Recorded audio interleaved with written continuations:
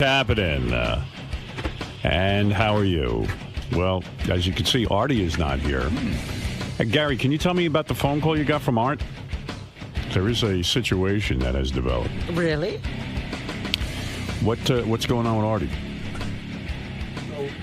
Wait a second. Where's your microphone? How dare you? Go ahead. I guess it was about 10 after 5 this morning. I'm driving in, and the phone rings. Usually it's Sal to tell me he missed his train at Jamaica, but it was Artie, which I was sort of surprised at. And I said, hey, what's up? And he goes, listen, dude. He goes, I got up. It was dark in the house, and I walked into a bookcase or something. And he goes, I hit my eye. He goes, there's blood all over the place. Oh. He goes, I called a cab. I'm on my way to the emergency room, and I'm like, he goes, I guess I'll be in later. I'm like, well, Artie, just go and get it taken care of. Just, call me as soon as everything's done to tell me how you're doing. And he goes, yeah, I don't know what happened, and hopefully the emergency room isn't that full, and I'll talk to you later. That's a pretty good Artie impression. You did a really good Artie impression there. Thanks. I talk to him a lot like that. Dude. I have more conversations. Did he say dude? Hey, I walked into it. He said a bookcase or a cabinet. Wow. I think he said a cabinet. I think he said he What, worked. is his apartment booby-trapped? Well, I was saying to Howard, Artie doesn't sleep like a regular person, so like he falls down and sleeps for like 17 hours. And when you wake up like that, it's dark. Sometimes, I don't know. Artie keeps going until he sleeps for like 2 days straight. It's dark. Of course it's dark. It's dark every morning when you get up. I know. I don't know. I have no explanation. Can you do an impression of Artie at the emergency room and how that's going to go like? Hey, listen, I hit a bookcase and there's blood all over the place. He gets stitched me up. I got to get to work.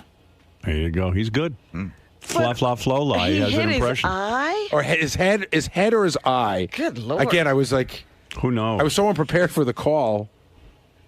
Gary doing the Artie impression almost perfectly. Well, why didn't he just sit in the chair? Because I have no material. Do you really think he's at an emergency room? Yes. See, I always believe Artie. Where do you think he would be? Like if he's Back not to sleep. Oh, you think he just wanted to sleep? But then he'd have to come in at some point with stitches. He clearly told me he's getting stitches. You'd have to put Band-Aids on. Matt, you're on the air. Hospital. Jersey City, New Jersey. Hey now. Just call and let you know there ain't no way in hell Artie's making it in today. What's the over/under here? I mean, what are the chances of Artie actually making it? Okay, so he's probably at the hospital now. They'd have to stitch him up. If he gets in, I mean, who knows what's in the emergency room? Right. But when Artie walks into the emergency room, aren't they going to know it's Artie? Don't they just stop with all the real emergencies? Yeah, you know what's funny? It's funny when you go to an emergency room, they have a way of not knowing who anybody. They don't even look up. Bianca, you're on the air in Great Lakes, Ohio. Hey, Howard. Hey. Hey, how you doing? Good. Send Howard 100 News over there at ER right now. Howard 100 News? Yeah, go send him over at ER, see what's going on. Yeah, that's not a bad idea, Bianca. Oh, sweetheart. All right. I hope y'all are okay. I'm okay. We're okay. It's Artie we have to worry about. Oh, hi, Robin. Hi. Oh, you know what? Every time Artie doesn't come in, you always think something else. Can you imagine the look of joy on Artie's face while he's getting stitched up and Langford walks in and sticks a mic in his face? Death, you're on the air. Go ahead. Death. Hey, now. Hey, now. Hey, I was calling for Artie. Oh, This Death. is Death calling for Artie. I was going to tell him I'm coming to get him in August. Just hold on. So August is when you're coming. All right. Thank you, Death. Hey, Howard. Yes. Can you rename the show The Slow Death of Artie Lange? No, it's always the Howard Stern Show. All right, Howard. You're the best, man. We love you. Hey, Death, who gave you this number? Kenneth Keith Kallenbach? Yes, All right, thank you. I saw him looking for little girls up here. Stop it. Ridiculous. Have a good day, pal. What's going I think on? Death is trying to say that Artie's rushing the schedule and he's not due till August. Oh, okay. Death was afraid he had made an early visit. Hey, did I hear on yesterday's wrap-up show you claim you've had 80 blowjobs from different women? No. Wait a second. I heard Benji said he's had sex with 100 women, which is so total. No. Benji said he had sex with hundreds of women. Yeah. And you said that although you've only had sex with 2 women, your wife and one other woman, because you got married young, that you claim you had up to 80 different women blow you. No, what happened was Benji said if you cut out the blowjobs and everything else, he's been with about 80 women. Right, Benj? That's what you said? Right. And somebody asked me about my number, and I said it would approach that. You would You're so full of it. I'm not full of it. You're telling me you had blowjobs from almost 80 women before you got married. No, less than 80 women. I said approaching. 70 women? Somewhere in that ballpark. A decent. How old were you when you met your wife? I was 20. No, I was younger than that. You were like, what, 18? Yes. And you're saying by the time, between the ages of, what, 16 and 18, you had almost 80 blowjobs? Younger than that. From different women. You believe this? I mean, I'd have to say... He was the blowjob king. I just don't buy that for a second. I'd have to sit back and literally count, but I said the number would approach Benji's number. I didn't say 80. How many would you say? 60? Roughly, yeah. Oh, wait. Artie just shut up, but go ahead. Yeah. I got to tell you something. Let me see your eye. Oh, wow. Yeah. It looks that bad, you think? Yeah. That's major. It's right near your eye. I know. I got lucky. What the hell did you do? I got lucky. First of all, you know the video of Jeff the drunk, his momentum taking him by the elevator.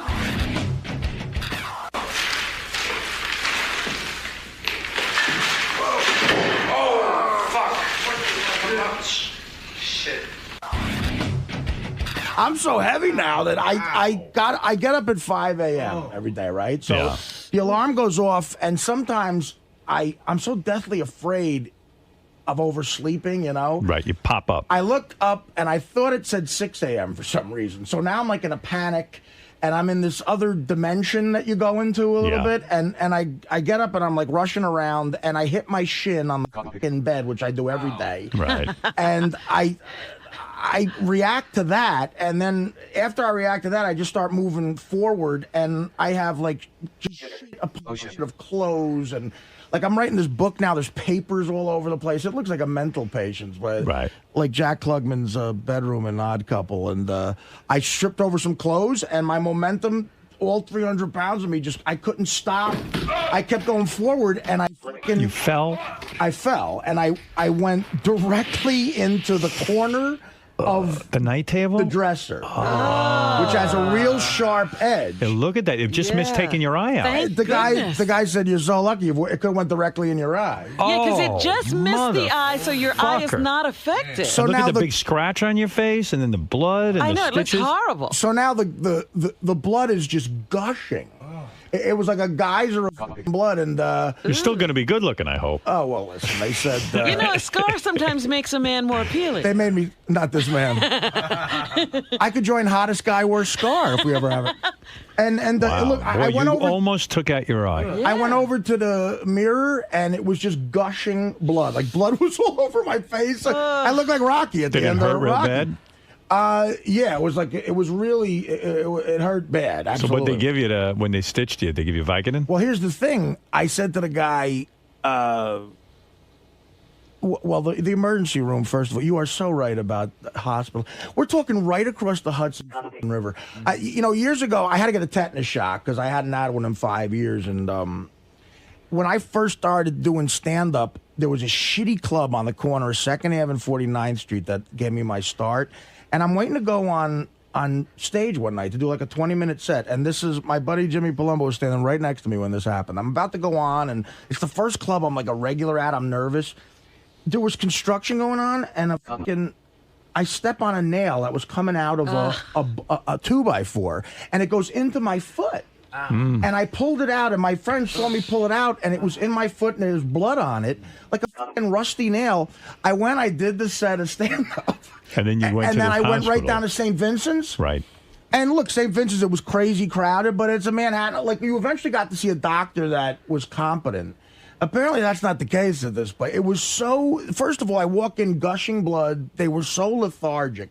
They were just like... Yeah. I went down and I got a cab.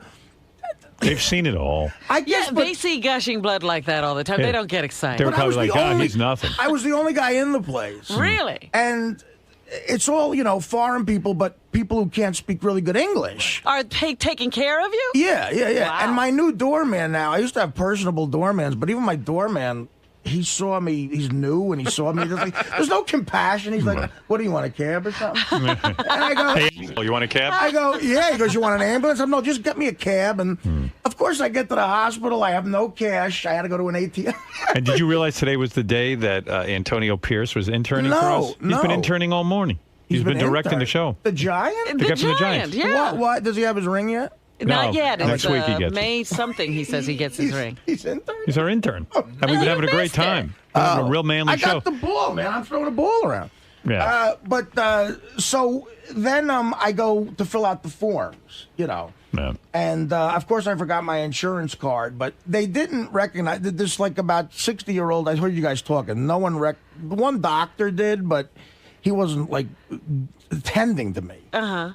This like 60-year-old Puerto Rican woman is admitting me. Right. And it sounds so weird to say what I do for a living out loud. Like she says, what do you do? And technically I'm self-employed, so I just say self-employed. And then she goes, well, what do you do? And I mean, I have to. I'm a comedian. I say I'm a comedian. I'm an entertainer. Right? Is that what you would say? Yeah, entertainer. But I said comedian. I mean, technically that's what I say. do. I'm a broadcaster. Right. But you do a little more. You do the stand-up. So I don't think I could. You could be entertainer. I'm a broadcaster. It's an insult. I always write broadcasting. Right. Yeah. It's an insult to broadcasters for me to say broadcaster. Bob Costas will be up in arms.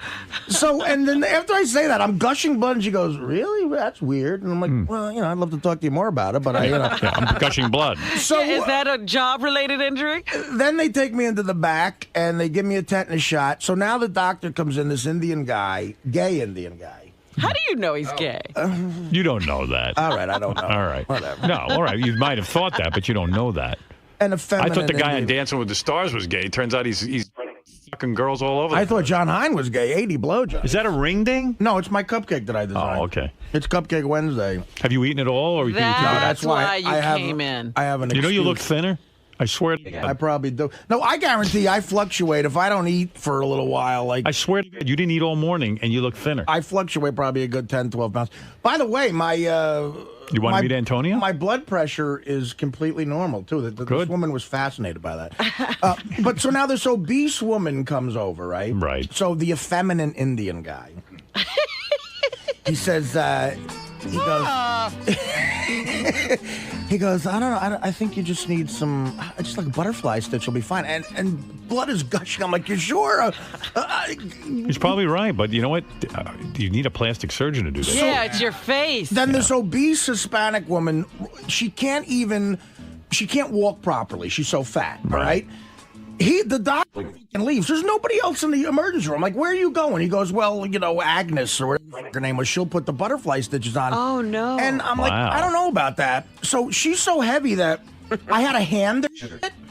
Oh, my.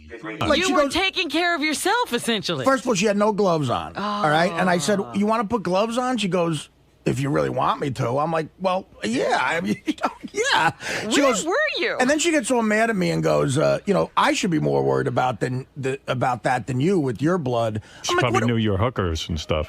Yeah. Well, I said, listen, you look like a guy who's doing some hookers. Why don't we make both of us happy, Agnes, and put some gloves on? She goes, all right. Right, let's not argue about it. I had to hand her the gloves because it would have taken her an hour to wiggle around me. And I'm fat, she's fat. We're in the back of the little curtain thing, and we couldn't move around like two beach whales.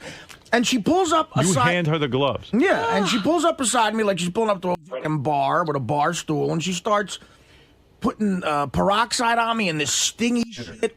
And she goes, does that hurt? I go, it's excruciating. Were these sterile gloves? Or were they in the big box? Sterile gloves. Right. They were in the box. Big box. Right, you big hand box her, of gloves. like the fucking things you put on your hand. Yeah. And I said to her, what's your name? And she goes, why? Yeah, don't give her a name. And I won't. Yeah. I never got her name. Oh. I go, what's your name? She goes, why? I'm like, I don't know. I'm just making conversation. And I think maybe she Trying got to pick you up. Well, I think maybe she got reported before. You know what I mean? Because she was She's a little leery. She was very defensive. And I said, all right, you don't have to tell me your name, whatever. And then there's like a tension between us. So now she puts the fucking butterfly stitches on, and blood is still gushing out of my face. And she goes, you know what? I better let the doctor do this. And I go, you're not a doctor? Oh, no. She goes, no, I'm not a doctor. She's just like a woman who lives across the street who I think works there. And they don't have a doctor giving you butterflies? She had rolls of fat, like... She was wearing one of those like polyester pantsuits, and you could see like she had 4 spare tires. And she couldn't get the stitch right, so they had to come back in and restitch it? She couldn't get the stitch right. So she goes, go over to the doctor. I'm like, where's he? Yeah. She goes, go walk that way and ask for a doctor. So now I'm wandering around the fucking emergency room with bare feet because I didn't have time to throw socks on. And I go, blood all over my shirt. And you hate bare feet. I do it. I skeeve it. Especially in a hospital. I was walking around all skeeved out. And I see the doctor, the feminine guy over there, and I go, hey, are you the doctor? Yeah, are you the doctor who's supposed to do this? He goes, yeah, I'll do it. Agnes doesn't do that. I'm like, well, why did you do that in the first place? Right. So, and he's doing nothing, by the way, just with another guy. Yeah. And nobody ever said you should have a plastic surgeon look at this. No, does it look that bad? Well, you always when you get stitches in your face. In your face, yeah. Well, I had stitches in my head before and all over the place. I never got plastic surgery. No, but in your face, that could a bad scar. It could heal the wrong way. It could be a. I mean, all right. A little makeup on that, or Makeup. a little makeup for Letterman. It'll match your zit. Yeah, right. I don't. Well, actually, the zit was so red. At some point, the guy said, "Did you cut your nose?" And I had to go, "No, it's a zit." And then he rolled his eyes. So now, the other surreal part of my life. Now the Stern fan. You announced on the air this happened. Right. Tons of phone calls start coming into the emergency. Oh no! And as the effeminate guy is putting the shit on my eye, and now I'm thinking, is this a guy? If he's gay, does he know me and hate me from the fact that I wished AIDS on Teddy? Yeah. And is he gonna infect me with something? So now the nurse comes over from the admitting desk and goes, "Your brother's on the phone," and I go, "I don't have a brother," and she goes, should I take a message? And I go, yeah, it's probably, and they don't know who I am. You go, it's probably my fan. I'm like, it was so complicated. I said, it's probably nobody. It's probably a prank call. He was like, why would somebody prank call you here? And I go, I know that sounds weird. I'm on a radio show. So she goes, can I take a very sweet voice. She goes, can I take a message? And then I hear her go, oh, that's awful. Tell Artie he has a big cock. Well, no, and I said, what did you say? He said, the guy said... What did he say? What a morning. What a morning you've had. She was so serious. She felt so bad for me. She said there was a guy who said, it's your brother. He said, tell my brother he's a double lard. He said, do you have any medicine for being... Can you give him some medicine for being a double lard? She told you that? Apparently the funniest fan we ever had. No, she was crying. She goes, how insensitive of the guy. And I go... Do you have any medicine for my brother who's a double lard? So I said, who was that? I hope that guy recorded it. I said, it was... I said, I'm on the Howard Stern show, and she goes, oh, really? And it was like a woman who doesn't like you know? So she goes, oh, really? Oh, that show's crazy. I'm like, can someone just put a fucking stitch in my eye? Did they give you Vicodin for the pain? Well, here's the other embarrassing thing. Uh-oh. He goes, I'm going to give you something for the pain. He goes, I'm going to give you 5 milligram Vicodins. Oh, so did you tell him it won't work on you because you're on Subutex? I said, listen to me. I said, first of all, I'm on an opiate blocker thing. And he goes, why? You're a comedian. And you have to be honest with the doctor. So I said, I'm a heroin addict. The world's heaviest heroin addict. My God. Right, so... the guy's like, I should have worn gloves. I go, you're a heroin addict, so maybe I can't give you anything. Are you going to get addicted to this? No, I said, what I'm saying is... you would have to give me liquid morphine for it to kill the pain. Nothing's going to work on me. The 5 milligram Vicodin is going to be like me taking a Tic Tac or something. So he goes, so now the junkie in me is going, do you have any liquid morphine or something? And because I could justify taking it. He goes, well, you're going to have to live with the pain. I'm not giving you anything because you could become addicted again. And I'm like, all right. So what do they give you when they do the stitch? Do they give you anything? No, butterfly stitch. They just slap it on you. Oh, yeah, really? It's a tape. Yeah. But you mean it's not an actual stitch? No, it's just it's it stays on for 2 days. And quite frankly, my sister showed up to bring. She went and got my insurance cards. And she thought I needed stitches. Yeah. I don't like the look of that. My sister's so funny. She gets so mad at people who are incompetent. She's so professional. Let me see. Turn around so I can see it. No, it looks like it's coagulated. I don't know. It looks a little exposed. Yeah, but I don't see, again, it shouldn't be this big blob of red. Yeah, maybe you should go to a real doctor. I don't know what that is over there going on. The effeminate guy said he was a doctor. All right. But so it was really, really, the whole thing was embarrassing because I had to say I'm a heroin addict. Yeah, once you do that stuff, that's what happens. You have to go tell everybody. Like, I realize so much about me is just embarrassing. Like, there's these prank calls coming into an emergency room. A guy, my brother's calling me a tub of lard. I have to say out loud that I'm a comedian, but if someone says you're a comedian and you don't recognize them, loser. Like, you know what I mean? Like, where would I see you? Like, where do you do comedy? They're like, yeah, okay, Robin Williams. Yeah, I'm like, I'm sorry, I'm not Carlos Mencia. But, and then I had to say I'm a heroin addict. All right, listen. I couldn't get Vicodin, so now I'm just dealing with the pain. How you feeling, man? I'm all right, I guess. I don't know. I couldn't get any opiates. Somebody in there? No, Robin probably. I'll go outside. Isaac, what's up, brother? Sorry, what made you decide to come in today with all the, the injury and everything? It's called professionalism. Look it up in the dictionary, Greg. You want to see a picture of you, you may see one of me. Showering and getting in here this morning. I like your style. Some of us earn our paycheck.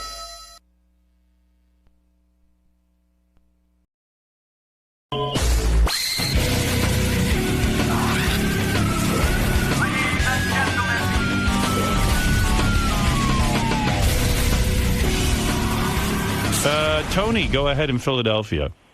Howard, I hate to be the bearer of bad news, but I was listening to Jay Thomas over the weekend on your day off Friday, and he was talking about, or one of the guys in the studio was saying that the whole area is infested with bed bugs, the whole building. Well, I wasn't going to talk about this because there was a theory that, well, here we go. First of all, I think it's unbelievable that I've been screaming about bed bugs, and they must bring back DDT, and now there are bed bugs at Sirius. Now, let me say something. We don't even have any beds. Where are the bed bugs? Well, I'll tell you. I'm gonna give you the whole story as long as I hear that it's out. I was going to keep it quiet because there was a general fear that, like, our guests would all cancel if they thought there were bed bugs here. But here's the short part of that story, that we received treatments here, and supposedly we are 100% bed bug free. The only place in New York City that probably is 100% bed bug free. So that's management was proactive. They got in there, they steamed, they put down all kinds of shit, chemicals, whatever, and all I know is supposedly we're bed bug free. Now, that's the short story. Did the dog walk the building that you had? The dog walked the building. Now, let me tell you something. I am completely freaking out today. The show had been canceled for today, and I'll tell you why we are here today. You want to hear the whole story? Yes, I certainly do. Okay. So, first of all, you know how paranoid I am about bed bugs. Yes. I don't want bed bugs in my apartment. I told you that... You don't don't want them anywhere. Well, I told you that I literally once a month have a dog come in and smell my apartment, because anytime we have furniture delivery or anything, we make sure that we are 100% bed bug free. Do you have anybody over to your house? No, we don't. We haven't had one. We had one person over. All right, and I took a chance there. We don't have. I'm not kidding you. Have you ever been in my apartment since I remodeled it? No. That's right, and you won't be. I don't need bed bugs. Once they get into your life, I don't want chemicals in my apartment. I don't want any of that shit. Because I'm a paranoid. I'm a person who is paranoid. Anyway, so here I was on my weekend. I get a call on, I believe, Friday. Okay. Now, I had heard a rumor. Now, the reason we even know about this is because of me. I had heard a rumor last week that up on the 37th floor, we're on the 36th floor. And this is, both floors are serious. Right. Up on the 37th floor, which is management's floor, I had heard a rumor, secret rumor, that there was bed bug treatment going on up there. So I hear this and I said, listen, guys, did anybody bring these dogs down to our area? They had the dogs up there? Yeah, up there. I go, did anybody check our area? No. I said, well, have them check. They do a check. I get a call. Well, there's some bed bug activity. I go, what does that mean? What does that mean? Well, who knows? Scott Greenstein calls me. He goes, you believe this? What a racket. I go, what do you mean what a racket? He goes, nobody's seen one bed bug. Everyone was trying to calm me down. I go, you don't see them, Scott. I said, Scott, you don't see bed bugs. You don't know you have them. They don't hang out in the fucking hall. They don't wave at you. They're buried, and they only come out at night. And you know you have them once you're infested. Right, yeah. But he goes, well, it's a racket. The dog barked a few times. I go, if the dog barks, that means they train these beagles. He goes, how do they know? Maybe they just train them to bark everywhere. I go, Scott, we got a problem. It's got to be handled. He goes, don't worry. I said, okay, I'm not going to worry. So, as I'm talking to everyone, I'm listening to the game plan. Mm-hmm. They're bringing in a company. They're going to treat our floor. They're going to take our entire floor and steam it. I guess the thing that kills bed bugs is steam. Hot steam, compressed hot air. Heat or freezing cold. What'll kill everybody. Right. But they do it with heat. Okay. So the game plan was come in on the weekend, Saturday, and do this treatment. In addition to the heat, which I got no problem with, I don't know how they go over every single fucking area with this heat, but they claim they do. Steam can get everywhere. It's not steam. I think, I don't know, they take like a vacuum thing and they have to don't ask me what they do. I don't even understand what they do. And then they have to put down, some chemicals, but don't worry. Don't worry. Now I'm thinking about, we're in this building. There's no fucking windows. They're putting in chemicals. What are these fucking chemicals that you and I are breathing in right now? Oh, but you want DDT. Well, DDT would be in the food. Who cares? It's a little bit. So anyway, you wouldn't have bed bugs. You wouldn't have any of this going on in the building. We were done with bed bugs. Now they're back because fucking hippies with their goddamn DDT fucking inhibition. It's the fucking hippies that ruin every goddamn thing with their fucking... We don't want DDT. Fuck you, hippies. I am demanding that this government, President Obama, bring back DDT. I don't give a shit about any Even if it doesn't work anymore. I don't give a shit about any of his other plans. This is something real people got to contend with. Do you know you got to put everything in plastic bags? When you get these bed bugs, do you know what the fuck you got to go through as a human being? Listen, when my mother was a little girl, they had bed bugs. It was before DDT was invented. And my grandfather sent her away to go live with her aunt for a year because my grandfather wasn't the greatest guy in the world. She got there, they were infested with bed bugs. My mother slept in a bed with bed bugs for a year. She used to wake up every morning with blood dripping off her. These bed bugs are a nightmare. And once you get them, you can't, it's hard to get rid of them. There's an epidemic in this city. It's what I've been telling people. Nobody listens to me. The number one priority for Mayor Bloomberg to pick up the phone and tell Obama we're using DDT. Fuck you and the hippies. Because it was the fucking hippies in the 60s that got rid of DDT. Goddamn hippies. I fucking hate hippies. Hey, man, we don't want any DDT. Yeah, you know why you don't want it? Because you don't own anything. You're on a fucking commune. You don't care if there's fucking bed bugs. You filthy hippie. People who have homes and work, they were worried about bed bugs, these fucking hippies.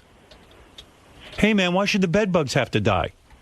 Because you're a douche, that's why. They weren't worried about the bed bugs. I don't care. They're worried about bird eggs. Birds. I've got so many fucking birds, I don't know what to do with them. Little DDT ain't going to kill anybody. Just bed bugs. And mosquitoes. I hate mosquitoes. And I hate malaria. People go, well, bed bugs can't kill you. Yeah? Do you know some people go into shock from bed bugs and die? Oh, you didn't know that, did you? Oh, very few. Oh, okay. If you happen to be one of the few, then good luck to you. Just imagine, when they were cave dwellers, there were bed bugs. Yeah, but there was no beds. There was no cloth. They didn't get infestations. But that's how long the bed bug has been around. So anyway, over the weekend, so they tell me the game plan. They're gonna fumigate this place over the weekend, whatever it is they have to do. I said, yeah. I said, okay, I tell you what, guys, I ain't setting foot in this building until the dog comes back in and the dog gives the place a clean bill of health, right? Does that make sense to you? I said on Monday, have the dog come in, we'll cancel the show, and the dog will walk around, and if the dog doesn't bark, I'll come back in. Right? Does that seem logical to you? Okay. Right? Does that seem logical to you? Well, we hadn't had a problem. Right. Go ahead. And so they treated for what essentially was no problem. So how do you know? We have a problem. The problem is there are bed bugs. So where did the dog, when they brought the dog in during the week, because I insisted, they were in my console, on that couch, in my office, in Tracy's office. So then you're the problem. No, not me. You. Also in other areas, all over the place. Oh, my God. Oh, yeah, huh, Benji? Wake up and smell the fucking coffee, pal. You want to be a hippie? Go ahead. Either you join me or you join the hippies. I'm not making a joke. I'm not kidding you. Oh, my God is right. So anyway, so they came in and did their number. I said, well, we cancel. As you know, you got to notice they're canceling the show on Monday. Right. So now I'm in mindset we're not coming in Monday. I make all different plans. Don't ask. I have a whole agenda. Of course. I did the whole thing, too. Yeah. Well, I wasn't looking to get out of work. Nor was I. Yeah, I mean, I was down with coming to work. I said, and if you can find an alternate studio where there are no bed bugs, we'll go to it and we'll do the show there on Monday. What do I care? I don't care where we do the show from. I wasn't looking to shirk my responsibility, and I certainly didn't want the audience tuning in Monday and not hearing our show. But now I'm all fucking wigged out, and I'm also fucking crazy, so you know how paranoid I am. So there's more. So anyway, they get me on a conference call Sunday morning with the guy from the pesticide, whatever, the fucking bug company, who's now probably got a private jet because the whole city's infested. And according to everyone, this is the greatest guy who's ever gotten rid of bed bugs. He's the guy everyone's using, and he is the top fucking guy. Uh-huh. I said, well, he must be a very wealthy man because the place is crazy. He's a nice guy. He gets on the phone with me in a conference call with Tim and Scott. And so I'm listening to I said, listen, the whole point of us taking off Monday was you're going to bring the dogs in so that we can find out if all the bugs are gone. The guy goes, listen, we can't do that because we put some chemical in the walls and the dog, we don't want the dog smelling. I go, wait a second, the dog can't smell this and I can? I go, what am I? You're treating the dog better than me. How do I know what I'm breathing in? We got to protect this dog. There's no open windows. There's not. I said. Well, he goes, we purged the ventilation. He goes, this chemical is not even considered a chemical. It's not even banned by. It's not even considered a pesticide. It's so calm or it's so delicate. It's not even anything. I go, but it's killing bed bugs. How do you know it's not going to kill me? He goes, I assure you, my people use it 24 hours a day. I said, that's what they told him at 9/11 when the guys went down to clean up. They said, go breathe in the air. Don't worry about it. Now they're all dead. What are you talking about? He said, listen, we use this stuff all over the place. Our workers use it. They don't even wear a mask or anything either. 24 hours a day. Nothing's happened to anybody from this. I said, do you put it on the furniture? No, they don't put it on the furniture. They steam the furniture. So Scott Greenstein said to me, and rightly so, he goes, so what's the difference then about doing a show Monday or doing it Tuesday?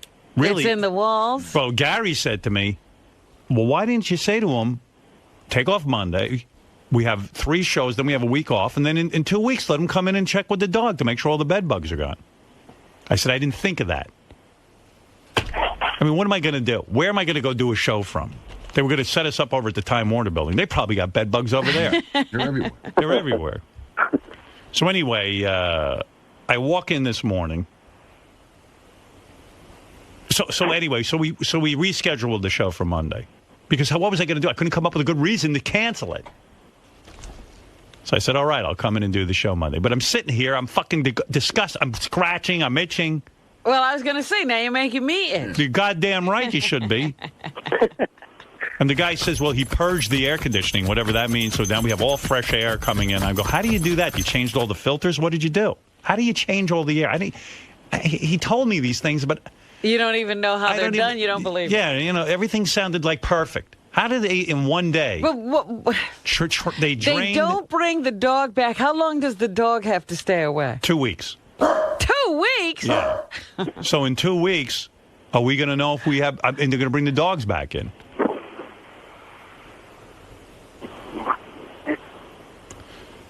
So then, like, I called my mother when we canceled the show. I said, Ma, my parents get really nuts when I'm not on the air. Right. They wonder what's going on. They get panicked. They think I'm sick right away. Hello? Howard, are you there? Pick up, please. Howard? I go, what is it? What's wrong? Your father says you're not on the air. He doesn't hear you. Mom, I'm taking a day off. Oh, everything all right? I was sitting shiver for you. Already? Yeah. Jeez. So I call my mom. I go, Ma. Hi. Just checking in. How you guys doing? Oh, good. Everything's good here. What about you? What do you hear from anyone? I said, listen, we're not doing the show on Monday because they got a bed bug scare up there. A what? Bed bug scare. Oh, that's terrible. What do you mean? What are you talking about? They got, I don't know, they brought in dogs, and then I'm going through the whole thing for they brought in dogs, there's bugs, I don't know what's going on. And you're going to be in there with those chemicals? Yeah. And you know, I hate these buildings in Manhattan. They have no windows. There's no fresh air. They should open up the windows. Ma, they don't have windows. There's very few windows. That's what I mean. That's terrible. You don't have fresh air. You need luft to get the chemicals out of there. Now I'm completely fucking crazy. I'm paranoid because my mother's telling me about the chemicals and, you got to get them out of there and the whole thing. And the air. And then she went into, when I was a girl, my father sent me away to live for a year with my aunt. And her house was infested. Really? She even has bed bug history? Oh, yeah. And I go, what do you mean infested? What would you do at night? We would go to bed and we'd wake up in the morning covered in blood. What? For a year? Oh, yes. For a whole year. My mother's life sounds like one nightmare after another. Like, I don't even know how the woman... I don't know how she survived. How was she here? I mean, they were feeding off her like vampires for a year. Like, nobody did a thing for her. I mean, every time I talk to my mom, it's one story is worse than the next. My only friends were bed bugs. We didn't even have a toy to play with. So the bed bugs, I began to train them. And they became my friends. They were my dolls. I would dress them up, the bed bugs. I made clothes for them. We would make outfits for the various bed bugs. How'd you know which ones were girls and which ones were boys? We didn't know. No one explained it to us. So anyway, that's how we ended up. The show was off for Monday, and then all of a sudden was back on. I bet you it was driving you nuts, huh? Drove me crazy. Well, that's why I couldn't sleep last night, I didn't do my usual routine of tiring myself out on a Sunday, so I probably got 2 hours sleep. Yeah, and Beth and I had a whole Sunday night planned. It was going to be very romantic. We were excited. We had Monday off. And then when I got home with Scott and he took away the Monday, I was like, oh, no. Can't do that. I had it all figured out. Well, now I'm so nuts. After the show, I always go back in my office. Right. Put my head down, and I say I'm working, but I'm really sleeping back there. And I love it back there. It's nice and quiet. Yeah, you work alone. Not today. We're getting off the air. I don't want to be exposed to too long here. You're vacating I'm getting out. We're doing a 4-fucking-hour show, and that's it. At 10 o'clock, I'm getting up and walking out. So are you. All right. We'll try and start the news around 9. And I'm not going back there and meditating, quote, working. I'm going home now. So I now have the house prepared. I told everyone in my apartment, clear out between the hours of 10:30 and noon, because that's when I nap. Right. I was almost going to wear a hazmat suit in here, not as a joke. But they assure me we're now a building free of bed bugs. Where everybody else has them, we don't. But meanwhile, I feel like they're crawling on me. Now, I don't. You notice I brought my jacket in here. I don't know where to put it. I don't want my jacket infested. Then you'll my take bag. them home. I don't know where to put anything. I don't know what to do. And supposedly they're in my board area. And I go to Tim, where exactly did the dog? I couldn't get a straight answer. It got me so mad. Nobody sits back there but you. Yeah, right. But they come over from the cat. They migrate. If they can't find blood, they migrate. You don't know where they come in from. According to this guy, they're migrating. Oh, really? They're moving around. But now they're all dead. And so you're sitting there with bedbug carcasses. Yeah, exactly. So I said to Tim, I go, where did the dog bark exactly? I even asked the guy, the head of the company. I don't have the chart with me. I'm like, well, I'd like to know because I want to throw out all my furniture. I want to throw out this chair. Like, I'm sitting in a chair now. Did that have bed? Why but can't if anyone... they're dead, why are you throwing out the chair? Well, who knows? All I know is I'm scratching every minute. And my whole back has bites all over it because I'm imagining them. And they're actually coming to fruition. I'm so fucking skeeved out. I just wish our contract was done and we could just get the fuck out of here. How many more months is it here? It's 3. Yeah, 3 months. Not even. Let's see, September. No, October, November, December. October, November, and half part of December. 2.5 months. All right, we're done. Let's end it now, today, so I can get the fuck out of here. It's enough already with this. You're making me scratch. Stop. Oh, yeah. So I said, where specifically? Because I know these dogs. I know how the dogs work. They go up to the actual piece of furniture and they start to scratch on it. Oh, really? Yeah, they know where they are. I said, tell me which ones. No one can tell me. No one give me an answer. No one's telling me anything. I'm in the fucking dark. And you think they have the information, they just didn't want to tell you. I don't know. I can't get a straight answer out of anybody. All I know is I'm back here, and I hope these fucking chemicals don't kill me. You're so funny. You're screaming for DDT. Now you're afraid of chemicals. No. I don't want the chemical sprayed in here. I want DDT just in the environment. DDT was in the environment. They used it to spray for pesticides, and it got rid of everything. It cleared out everything. We were free and clear. Then the fucking hippies started screaming about DDT. If it's in the environment, you're breathing it in. No.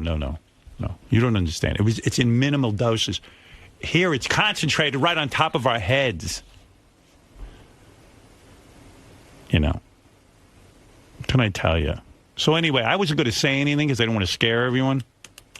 I was going to buy into the lie, but it turns out like Jay already talked about it. And oh, yeah? Jay Thomas was right on the air with it on Friday. Howard, I found out sort of how it went down. Yeah. I guess he's down in New Orleans. Yeah. And he couldn't get one of his guys that's up here that works. He was calling the guy, and he's like, why won't he pick up the phone? He was screaming for the guy. And then I guess somebody that was working with the guy just gets on and says, oh, we're having a bed bug problem. He just blurted it out. So that's how it got on Jay. Yeah, Jay interviewed the bed bugs. So Jay blurted it out, and so there's no point in me lying. It's already out there.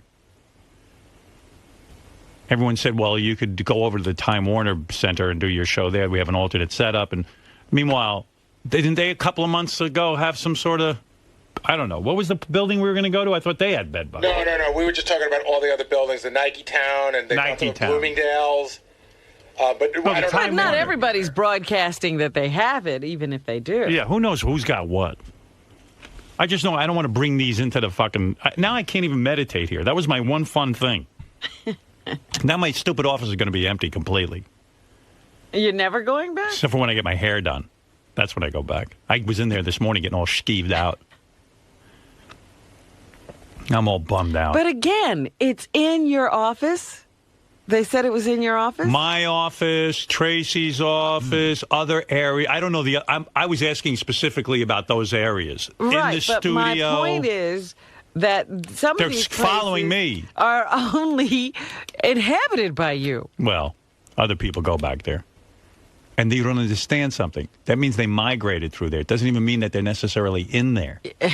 That's a long way for a bed bug to go. By the way, they could be in there where you are. I don't know. I'm sure they probably This is what they told me where my areas are. I didn't know about your area.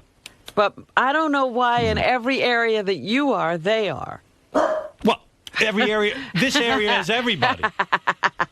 They could come up from the floor below. Well, that's why I say, if they're not treating this whole building. That's right. What's That's right. good at treating a couple of floors? I don't know. But I'm just telling you, I'm bummed out now. I don't want to be here. I don't want to be back in my office.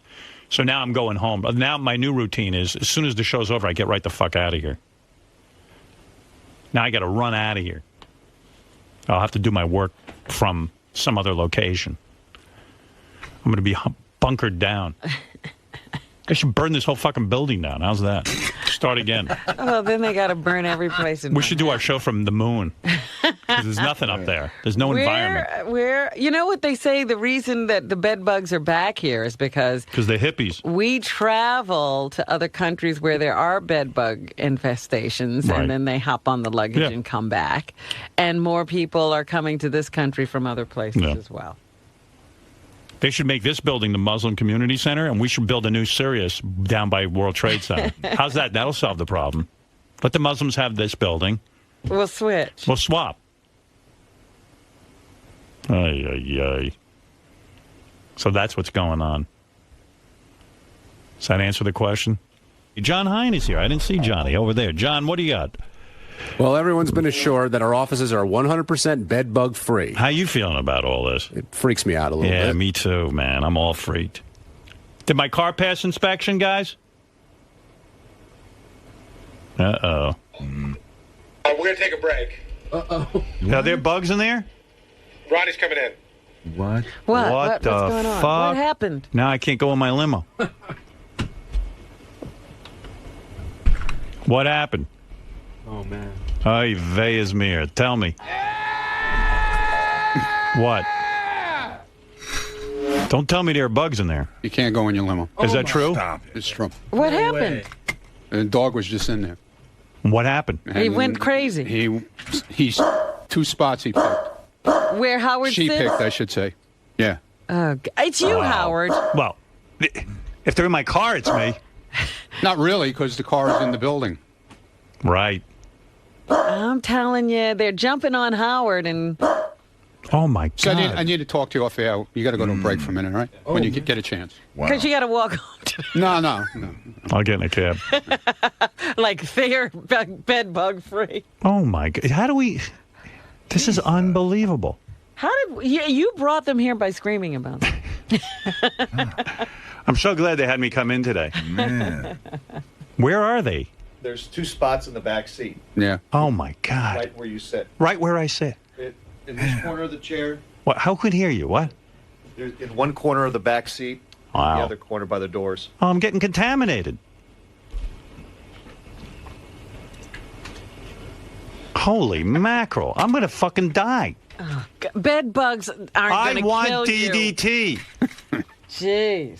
So if they're up here, they're down in the car, they're in the entire building. You better have your apartment inspected. You better have everything. Now Robin. I got to go. Where's this dog? Right. I'm taking the dog home with me. I mean, I need DDT. Mandy.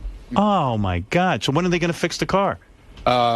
Today. Today? Yeah. All right. And they're not going to use any chemicals, so it'll be 400 degrees in the car now. Yeah, exactly. They're going to use steam. Car's going to blow the fuck up. Well, Oh, you my won't have to God. worry. You won't be in it.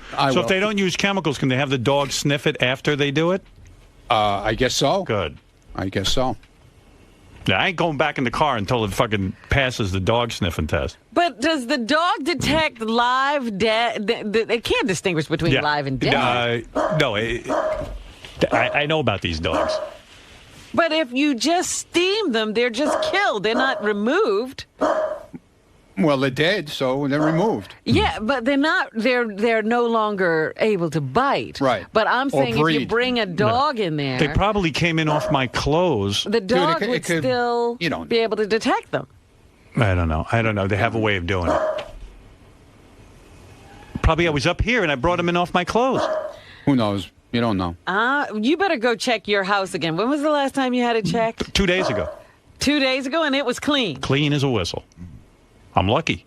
How are you sitting in this infested room I in don't an know. infested car, and your house is clean? I don't know.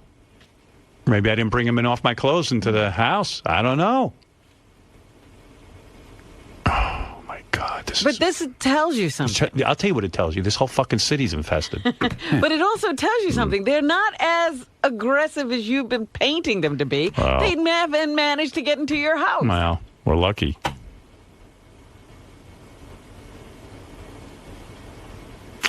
my God. Thank God we had the car tested. Yeah. That was Beth's idea. She said, did they test the car? Right. You better test your car, Robin. You know what? I got to get away from all of you people. I have no problems. You don't know if you don't have a problem. Until I met you guys. Well, you don't know. Everybody better test their cars. You better test yours, John. What are you standing there looking at me I for? think Robin brought it from Guatemala. Here we go. I infected the whole building. Yep. You're Typhoid Mary. You don't know. I don't know if bed bugs can't... does DEET affect bed bugs? Does anybody know DEET? DEET? What is DEET? It's a pesticide. I don't know. Because I doused myself in that every day. In a pesticide? Yes. You do? I can't stand to be bitten. Oh. But when I was in Guatemala, I was just drowning myself in it every But you didn't have it in your clothes. What are you talking about? I spray everything. And what about those German deer you were with? German deer. I didn't get close to the deer. All right. Thank you, Ron. All right. Oh, that's great news.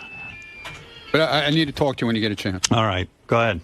By the way, you realize Ronnie has to talk to me off the air, so he has to tell me something that's even worse. No.